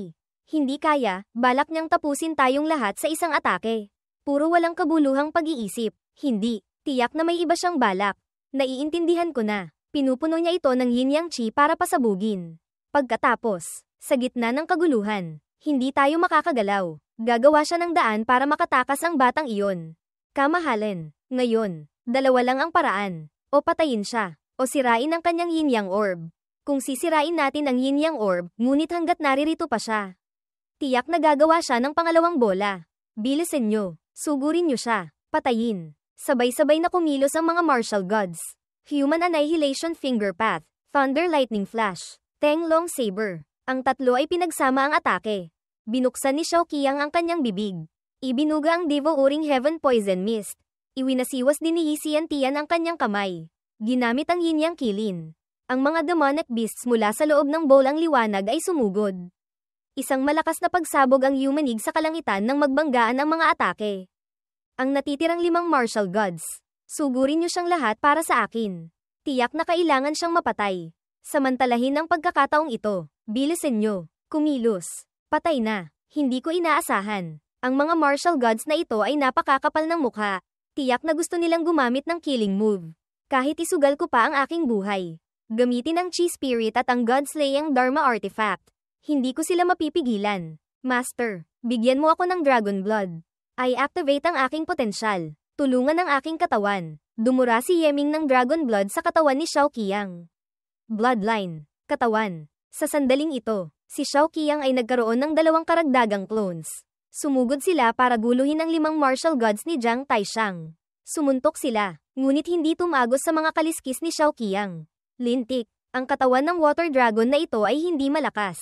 Ngunit nagagawa pa rin niya akong hadlangan. Sa kabilang banda, isang martial god ang sumuntok. Tanggapin mo ang suntok kong ito. Ang katawan ng water dragon na iyon, hindi kaya iyon ang katawan ng ahas mula sa demonic beast deep forest noon na nag-transform. Hindi tama, malinaw na dinurog ko na iyon hanggang maging abo. Hindi na magamit ng batang iyon ang Chi Spirit. Ngayon, isa na lamang siyang Grand Martial Master. Ang water dragon at si Yi Xiantian ay parehong nahaharangan. Vermilion Bird Army, bakit hindi niyo pa siya patayin? Utos ng kanyang kamahalan, patayin. Master, noong araw na iyon, ibinigay mo sa akin ang Soldier Talisman. Natatakot akong hindi na ako makakapag-cultivate pa. Sumigaw si Yeming. Ginamit ang Soldier Talisman. Array Formation. Sugod. Ang mga talismans na pinakawalan ni Yeming ay pumalibot. 1,000,000 talisman soldiers. Ang mga sundalo ay sabay-sabay na sumugod. Sumisigaw. Patayin. Nagsimulang magbakbakan ang mga sundalo ng magkabilang panig. Sa sandaling ito, hinugot ni Sulan ang kanyang espada. Lumapit. Mingge. Tutulungan kita. Huwag kang kumilos. Kung sasali ka rin, magiging target ka rin nila agad. At saka, sa sitwasyong ito, ang pagsugod ngayon ay walang maidudulot na kabutihan. Mingge, dahil sa pagligtas mo sa akin kaya ka nasangkot dito. Paanong makakapanatag ako na magtago sa likuran mo? Sa sandaling ito, ang labanan ay nagpapatuloy pa rin sa 3 larangan. 3 martial gods ang lumalaban sa 2 yin-yang killens.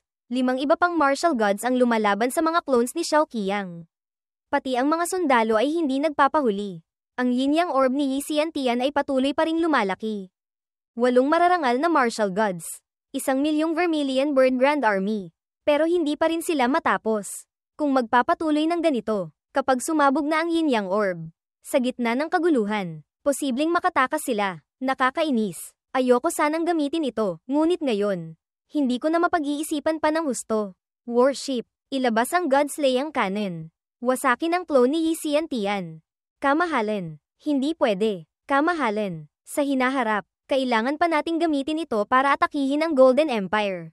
Ngayon, hindi ito maaaring sayangin. Umaasa pa rin akong pag-iisipan ito ng kamahalan. 3 henerasyon ng iyong pamilya. Hindi kaya, gusto mong isuko ko ang Crown Princess. Kung ganoon, wala nang mukhang ihaharap pa ang Vermilion Bird Empire. Tingnan ko kung sino pa ang mangangahas na sumuwi sa utos militar. Agad na iputok ang God-slaying cannon.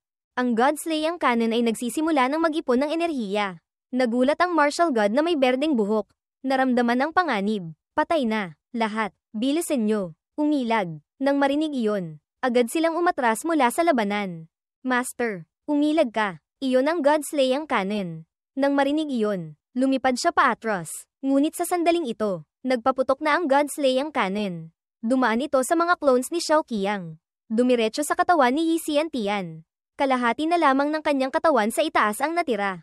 Nag-aalalang sumigaw si Yeming. Master, ang lakas nito ay dahan-dahan ding nawawala. Sa gitna ng usok, Dahan-daang lumitaw ang kalahating katawan ni Yi Xiantian. Pinapanatili pa rin ang Yin Yang Orb. Disipulo, huwag kang matakot. Si Master ay isa lamang clone. Kung mamatay, mamatay na. Walang problema. Sayang nga lang, maling daan ang pinili nila. Ha ha ha. Ngayon, tingnan natin kung ano pa ang magagawa mo. Yi Xiantian, isa ka lamang clone ng Martial Saint. Sa harap ng aking God-slaying cannon. Wala ka ring silbi. Hindi tama. Kamahalan. Tingnan ninyo. Yung Yin Yang Orb, hindi man lang nawala. Ano? Crown Prince. Hindi mo siguro alam, matagal ko nang inilipat ang Divine Soul ng aking clone papasok sa Yin Yang Orb. Dahil alam kong napakalakas ng iyong killing intent.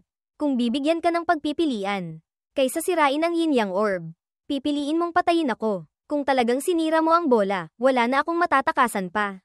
Natalo ka. Sa labanang ito, ako ang nanalo. Huwag kayong makinig sa mga walang kwentang salita niya. May oras pa. Bilisan nyo. Sirain nyo ang bolang iyon. Disipulo, si Master ay nakalikha na ng pagkakataon para sa iyo. Ang natitira ay nakasalalay na sa iyo. Master, ang Yin Yang Orb, sa sandaling ito, ay nagsimula ng mag-activate. Tinatangay palayo ang lahat sa paligid. Pagkatapos, mga pagsabog na yumanig sa langit at lupa. Puting liwanag ang bomb alert sa lahat ng bagay sa paligid. Natakot si Jiang Taishan sa tanawin sa kanyang harapan. Sa sandaling ito, isang huling malakas na pagsabog ang umalingaw-ngaw. Dahan-daang nawala ang usok. Ang mga hibla ng pulang kidlat ay naroon pa rin. Xiao Qiang, lumiit ka. Bilisan mo. Mag-ingat ka. Masusugatan ka. Opo, takbo. Patay na. Master, gumagamit sila ng warship para habulin tayo. Ayos lang. Ang laking warship na iyan. Tiyak na masisira rin. Sinasayang lang nila ang kanilang oras. Ang kanilang warship ay inaatake. Malakas ang pagyanig. Crown Prince, kung magpapatuloy pa tayo sa paghabol, hindi natin sila mahuhuli. At masisira pa ang warship. At saka, sa ganitong distansya, kung gagamitin ang God-slaying cannon, madali lang silang makakaiwas. Kung gagamitin sa malawak na sakop, mas malaki ang pinsala. Gamitin ang Dragon-slaying cannon. Ha, Dragon-slaying cannon. Kamahalan. Hindi po pwede. Ang bagay na iyon, kapag ginamit ng isang beses, mauubos ang 3 trilyong martial god coins. Iyon ay isang malaking killing weapon na mismong Golden Empire ang naghanda para sa atin. Hindi ito maaaring gamitin ngayon. Huwag ng maraming salita. Paganahin ang Dragon-slaying cannon. Napabuntong hininga lamang siya. Hay, ang Dragon-slaying cannon ay nagpaputok na. Sa isip ni Beiming, ang katawan ni Master ay hindi pa ganap na nakakabawi. Kung gagamitin pa ang God-slaying weapon, natatakot akong hindi na niya makayanan. Wala na akong pakialam pa. God-slaying bow. God-slaying arrow. Ang dalawang braso ni Yeming ay nagsimulang damyugo. Hindi pwede. Master, bilisan mo. Tumigil ka. Ang mga muscle mo, nagsisimula ng mapunit. Sa sandaling ito, ang mga bitak ay malinaw nang nakikita sa kanyang mga braso. Ngunit hindi pa rin sumusuko si Yeming. Alam ko. Sumigaw si Sulan, Mingge. Pagkatapos ng sigaw, pinakawalan na rin ni Yeming ang palaso. Ang palaso ay lumipad diretso sa gitna ng Dragon-slaying cannon. Isang malakas na pagsabog ang umalingaw-ngaw.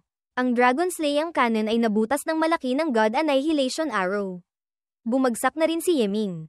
Nanginginig ang buong katawan dahil sa backlash. Sa ganito, makakatakas na kaya tayo? Master, Mingge, uminom ka ng healing pills. Masyadong malakas ang backlash. Napinsala na pati ang kaluluwa. Ang mga ordinaryong pills ay walang epekto. Kung aasa kay Beiming, makakatagal lamang siya. Hindi mapigilan ni Sulan ang pag-iyak. Mingge, yung bata na iyon, nang ahas pa rin gamitin ang God-slaying weapon. Mahirap paniwalaan. Isa pa rin siyang Grand Martial Master. Crown Prince, nakatakas na sila. Ngayon, kahit pa ang Dragon-slaying cannon ay wala ng silbi. Sa tingin ko po, mas mabuting bumalik na tayo para magpalakas. Pagkatapos ay hanapin natin sila. Bumalik, ang Crown Prince na ito, nawala ng 2 martial gods. Kahit ang Dragon-slaying cannon ay nagamit na. Paanong makakabalik ako? Nag-aksaya ng napakaraming pagsisikap, tapos uuwi ng walang dala. Kung malalaman ito ni Ama, tiyak na mapaparusahan ako. Baka tanggalan pa ako ng titulo. Tiyak na kailangang habulin, para sa dangal ng imperyo. Yeming, inagaw mo ang aking Crown Princess. Pinatay mo ang martial god ng imperyo. Pinakamahalaga, nang ahas kang saktan ako. Ang Crown Prince, naapektuhan ng imperyo. Ngayon, ang Crown Prince na ito ay hindi magdadalawang isip na wasakin ka. Limitless Purgatory Seal. Narinig kong kaya nitong itapon ang inatake sa Limitless Purgatory. Magdusa ng walang katapusang paghihirap. Crown Prince. Hindi pwede. Ang Limitless Purgatory Seal ay isang malaking killing weapon na inihanda para sa Emperor ng Golden Empire. Hindi ito maaaring sayangin sa hamak na batang iyon. Hamak, pinatay niya ang 2 martial gods. Ngayon, lahat ng 8 martial gods, 1,000,000 Grand Army, at Dragon Slaying Cannon ay dahil sa paghabol sa kanya. Tapos tatawagin mo pa siyang hamak. Sabihin mo sa akin, Crown Prince na ito, sa mundo, may iba pa bang bata na kayang gawin ang tulad niya?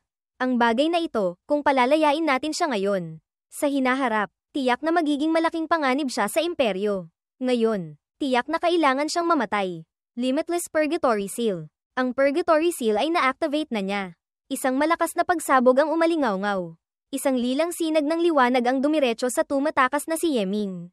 Umuungal si Xiao Qiang. Ang kanyang katawan ay biglang natigilan. Pati sina Yeming at Sulan ay naramdaman ng panganib. Hindi makagalaw. Ay ito. Anong klaseng halimaw ito? Isang nakakatakot na mukha na may dila na ilang metro ang haba. Ang kayamanan ng 5 Elements Divine Dynasty. Limitless Purgatory Seal. Kapag lumitaw ang bagay na ito, maaaring gamitin ang Yin Chi para supulan ang target. Pagkatapos, dadalhin ang target sa Limitless Purgatory. Mamuhay sa paghihirap magpakailanman. Patay na, Master. Sa aking antas ngayon, hindi ko kayang labanan ang pagsupil ng Yin Chi. Mahahabol na tayo. Isang boses ang nagmula sa Purgatory Seal. Lam, mga kakaibang anino ang lumilipad palabas mula sa Purgatory Seal. Dahan-daang napipilitang lumuhad si Yeming. Pilit na bumabangon si Yeming. Dahan-daang binuka ang bibig. Godslaying bow. Sa sandaling ito, biglang natigilan si Yeming. Tumakbo si Sulan papalapit. Niyakap siya. Hindi pinayagang gamitin ito. Tama na, Mingge. Huwag ka nang pilitin pa. Lan Nhi. Huwag kang matakot. Kaya ko pa. Nanlabo ang mga mata ni Yeming. Ginamit ni Sulan ang kanyang bibig para halikan siya. Sa sandaling ito, pumikit na rin si Yeming. Naramdaman ang Divine Pearl na lumabas mula sa bibig ni Sulan. Isang gininto ang liwanag ang nagtataboy sa Yin Chi sa paligid. Ang Divine Pearl ni Sulan, sapilitang inalis sa katawan, nililinis ang Limitless Purgatory Yin Chi. Hindi kaya, balak niyang. Ayos na, Mingge. Sa buhay na ito, ang makasama ka, para kay Lan Nhi. Iyon ang pinakamagandang bagay. Dahan-daang nilunok ni Yeming ang Divine Pearl. Gusto ko sanang magpatuloy na makasama ka, ngunit kailangan mong mabuhay. Huwag mo akong kalimutan. Magpakailanman. Huwag mo akong kalimutan. Tumalon si Sulan paatros. Ang katawan ni Yeming naman ay nagyelo na. Zhao Nhi, Xiao Qiang. Ilayo mo ang iyong amo. Agad. Mas malayo. Mas mabuti. Lan Nhi. Hindi pwede. Bilisan mo. Gumalaw ka. Hindi maaari. Masusunod ang utos. Hindi rin mapigilan ni Xiao Qiang ang pag-iyak. Hanggang dito na lang. Si Sulan ay nakakulong na ng Purgatory Seal. Nagsimulang pumalibot sa kanya ang Yin Chi.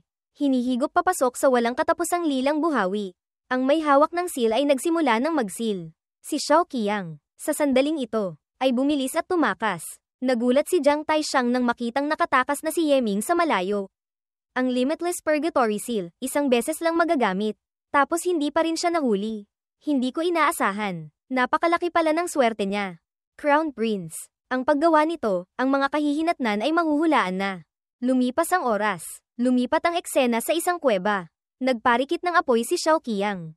Tumutulong na tunawin ang yelo sa paligid ng katawan ni Yeming. Sa sandaling ito, ang yelo ay dahan-daang nagkakabitak. Ang yelo sa braso ni Yeming ay natunaw na. Pagkalabas pa lang ni Yeming, walang tigil niyang tinawag ang pangalan ni Sulan. Master, si Sulan, patay na. Ang sinabi ni Beiming ay parang kidlat na tumama kay Yeming. Patay. Patay na. Kalokohan. Hindi siya patay. Ang bagay na nagtaboy sa Yin Chi. Tumulong kay Master na makatakas, pati ang katawan ay naging isang block ng yelo, iyon ay dahil sa Flawless Divine Pearl ni Sulan. Pagkatapos marating ng Flawless Sacred Body ang Divine Body, kusang mabubuo ang Flawless Divine Pearl. Kung ang Flawless Divine Pearl ay umalis sa katawan sa loob ng isang oras, ang katawan ay mamamatay. Ang kaluluwa ay mawawala, at saka, kapag ibinaba na ang Limitless Purgatory Seal, tiyak na kailangang may isang taong mahihila papasok doon. Pinili ni Sulan na magsakripisyo para kay Master. Lintek, kung alam mo pala iyon, bakit hindi mo siya pinigilan? Bakit hindi mo hinayaang iligtas siya ni Xiao Qiang? Ang pangunahing prioridad ni Beiming ay ang kaligtasan ni Master. At saka, si Sulan ay isang oras na lamang mabubuhay. Kung ipapalit ito sa buhay ni Master, Hindi iyon masamang pagpipilian, Master. Ang sitwasyon noon, kung hindi tayo tumakas, kamatayan lamang ang natitirang daan. Wala na tayong ibang pagpipilian. Alam din iyon ni Binibining Sulan kaya ipinagkatiwala niya sa inyo ang Flawless Divine Pearl. Kahit ang babae ko, hindi ko maprotektahan. Ano pang silbi ng Flawless Divine Pearl sa akin? Ano pang silbi ng pagpapraktis ko ng martial arts? Ano pang silbi ng pag-cultivate ng Dao? Emperor Sword, absolutong lakas, Divine Body, Bloodline, Dragon Body, Array Formation, Chi Spirit, Hongmeng Spirit Chi. Sa huli, hindi ko pa rin nabago ang sitwasyon. Hinawakan ni Yeming ang kanyang dibdib. Sinubukan ko ang lahat, hinarap ang hindi mabilang na panganib. Para lamang mapanatili siya sa aking tabi. Ngayon, ano ang resulta? Hindi ko pa rin nagawa. Kung gayon, ano pang kahulugan ng landas na tinatahak ko?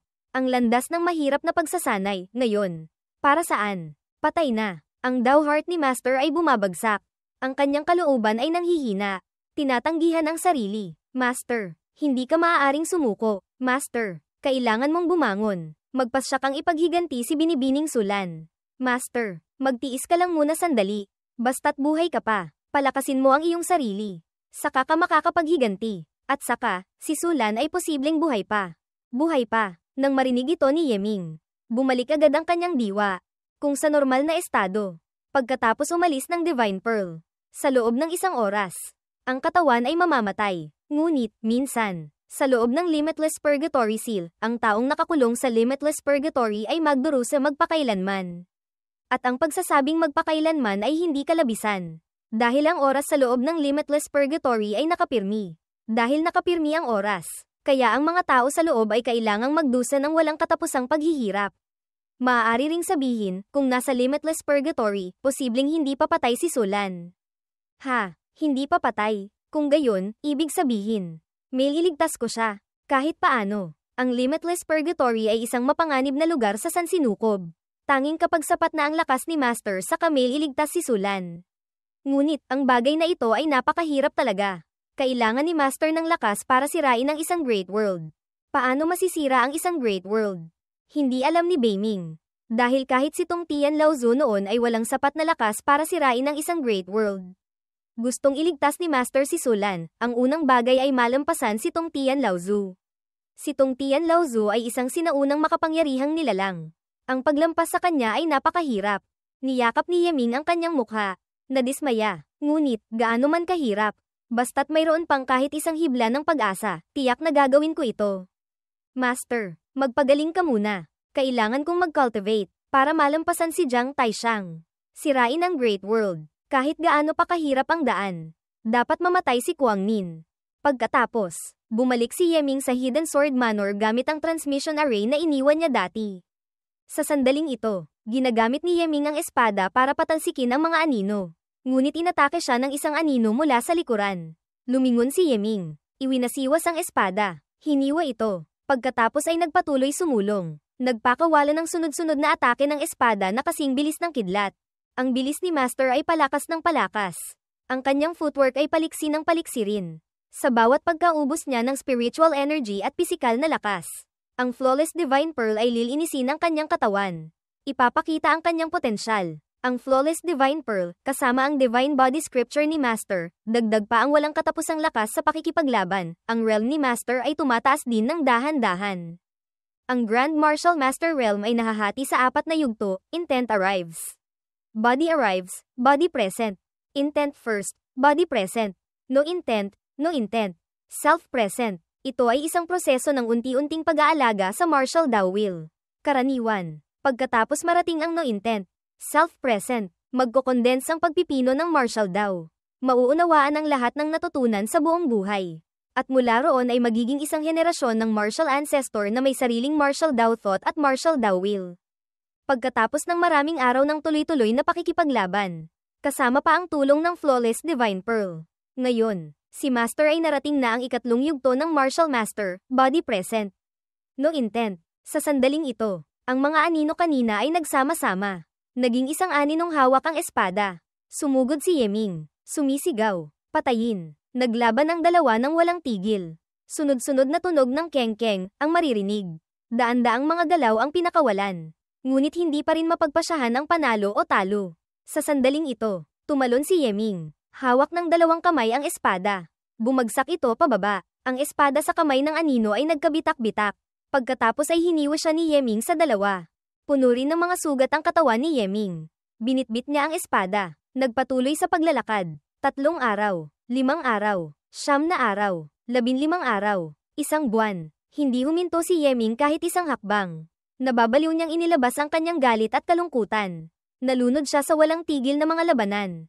Ang kanyang realm ay mabilis na tumaas.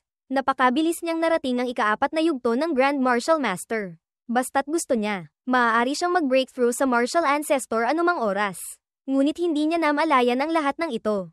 Patuloy pa rin siyang nalulunod sa walang tigil na mga labanan. Sa sandaling ito, nakatayo na si Yeming sa harap ng tarangkahan. Beiming, ang aking kasalukuyang realm. Kumusta na? Tulad ng ibang mga realms. Pagkatapos ng Grand Martial Master Perfection, maaaring magpatuloy sa pag-angat. Pagkatapos marating ang ika-4 na yugto, no intent, self-present, maaaring umangat sa 3 yugto ng sublimation. Nahahati ito sa self-present, invincible, form-present, formless, all dharmas are formless. Si Master ngayon ay narating na ang ika-6 na yugto, form-present.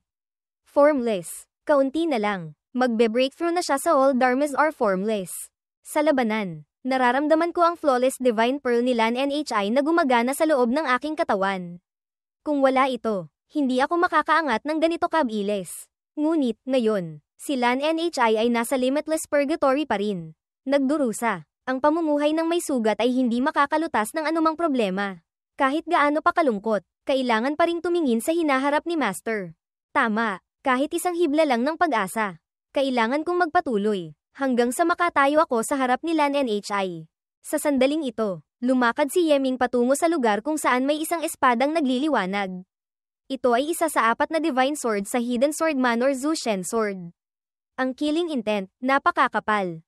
Interesante. Tingnan natin kung ano ang pagkakaiba ng Zhu Shen Sword na ito kumpara sa Zhu Antian Sword. Pagkahawak pa lang ni Yeming sa espada, agad na lumipad palabas ang mga kaluluwa mula rito. Pumalibot, nararamdaman ko, ang espadang ito ay umiral na sa loob ng 10,000 taon. Libo-libong taon na ang nakalipas. Hindi mabilang na mga Diyos, bayani, demonic beasts, at ordinaryong tao ang namatay sa talam ng espadang ito. Bawat isang namatay ay nag-iwan ng isang hibla ng pagkapit. Bumabalot sa katawan ng espada.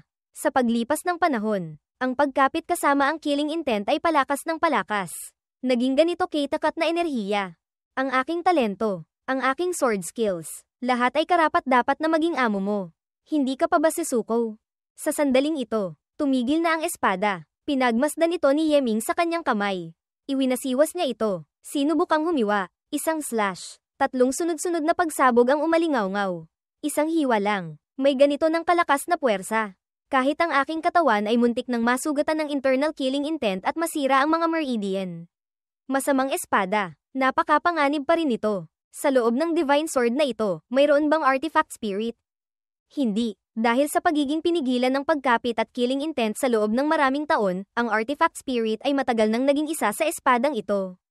Hindi na mapaghihiwalay. Ang ganitong divine artifact, tunay ngang nakakatakot. Sa loob nito ay nakatago ang God-slaying sword array at God annihilation sword art.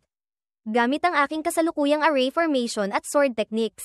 Pinakamarami. Sa loob ng 3 araw. Maaari ko nang ma-master ito. Ngayon, magsanay na tayo ng espada. 3 araw pagkatapos, na-master ko na ang God annihilation sword art. Kumpara sa Emperor sword, kahit ang killing nature. Ang God annihilation sword ay mas mataas pa rin ng isang antas kaysa sa Emperor sword. Kung pag-uusapan ng lakas, mas malakas din ito ng hindi hamak kaysa sa Emperor sword. Ngunit ang Emperor sword ay nangangailangan pa rin ng mataas na realm para mailabas ang lakas nito. Sa kasalukuyan, nasa simula pa lang ako. Samantalang ang God annihilation sword. Hanggang ngayon, bihasa na ako sa hinaharap kung madadagdagan pa ng ilang level. Kahit hindi mapantayan ang killing nature, ang lakas ay tiyak na mas malakas pa. Ang God annihilation sword, pansamantala. Iiwan ko muna rito. Ngayon, hindi ko ito maaaring dalhin. Iwasang maalarma ang Hidden Sword Manor. Bago umalis, kailangang mag-set up pa ng isang transmission array. Para kapag kailangan, makukuha ko pa ulit. Lumipas ang oras. Natapos nang iset up ni Yeming ang array formation. Sa sandaling ito, may kung anong bagay ang humahagibis sa hangin. Papalapit sa likuran ni Yeming. Ang protective talisman ang nagligtas kay Yeming. HMPH. Gusto ko ngang makita kung ilan pang protective talismans ang mayroon ka. Si Xiao Qiang, mula sa dibdib ni Yeming, ay lumipad palabas. Ginamit ang palad para salubungin ang atake nito. Isang malakas na pagsabog ang umalingaw-ngaw. Hindi pwede. Labanan. Takbo na lang. Mabilis na tumalon si Yeming sa ulo ni Xiao Qiang. Pagkatapos ay mabilis na lumipad palayo. Ang espasyo sa malapit ay dahan-daang napupunit. Sina Jiang Taishan kasama ang tatlo pang iba ay lumabas. Kamahalan. Ang batang iyon ay masyadong tuso. Balak ko pa sanang atakihin siya habang hindi siya nakahanda. Hindi ko inaasahan. Mayroon pa pala siyang protective talisman sa katawan. Ang inyong lingkod ay natatakot na may dala siyang God-slaying martial tool. Kaya hindi ako nang ahas lumapit. Ang turo ng Yin Yang, napakalalim. Ang pagkakaroon niya ng life-saving item ay natural lamang. Ngunit tiyak na hindi marami ang kanyang divine talismans. Maaga o huli, mauubos din iyon. Ang batang iyon ay isang array formation expert. Kung hindi dahil sa pagkakataong ito na naramdaman ko ang kanyang aura sa transmission array. Hindi ko siya mahahanap. Sa hinaharap, natatakot akong mahirap nang magkaroon ng pagkakataon. HMPH. Kung hindi lang dahil sa kritikal na sitwasyon ng digmaan. At ang ibang mga martial gods ay hindi makakilos, gaano man karami ang kanyang protective talismans. Patay pa rin siya. Ngayon, bumalik na tayo sa frontline. Lumipat ang eksena kung saan tumatakas sina Yeming at Xiao Qiang, lintik. Kailangan ko na namang gumamit ng protective talisman. Yung martial god na iyon, tiyak na may masamang balak dati. Masyadong malaki ang agwat ng realm. Hindi ko maramdaman ang kanyang killing intent. Kung napansin na niya ako, napakahirap ng mag-ingat. Master, pansamantalang bumalik muna tayo sa kampo ng Vermilion Bird Army. Gamitin ang pagkatao ni Ji Wagao. Ang pagkatao ni Ji Wagao, magagamit pa ba? Hindi ba't ang pagkataong iyon ay pinatay na ng Wuyang Kingdom? Sabi ni Beiming, natatandaan mo ba si Ji Tianpeng? May paraan siya para makaiwas sa parusa. Maaari rin nating gawin tulad niya. Pagkalipas ng 7 araw, sa Wuyang Kingdom, ang mga sundalo ay nagliligpit ng mga bangkay sa nagkalat na larangan ng digmaan. Bumaba kayo sa piitan. Tingnan nyo kung may mga kapatid na nasugatan.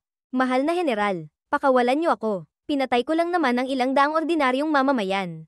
Sa anong dahilan nyo ako ikukulong? Pakawalan nyo ako. HMPH. Isang grupo ng mga basura. Pagbalik ko, sisindihan ko kayo. Para hindi na kayo muling magyabang pa. Biglang napansin niya ang isang tao sa loob ng isang selda. Siya ay, bilisan nyo. Ilabas nyo siya. Kayo po, ang maalamat na pinuno ng Giant Spirit Soldiers. Si General Ji Wagao. Kayo po ang dating nagwasak ng pader ng lungsod ng Wuyang Kingdom.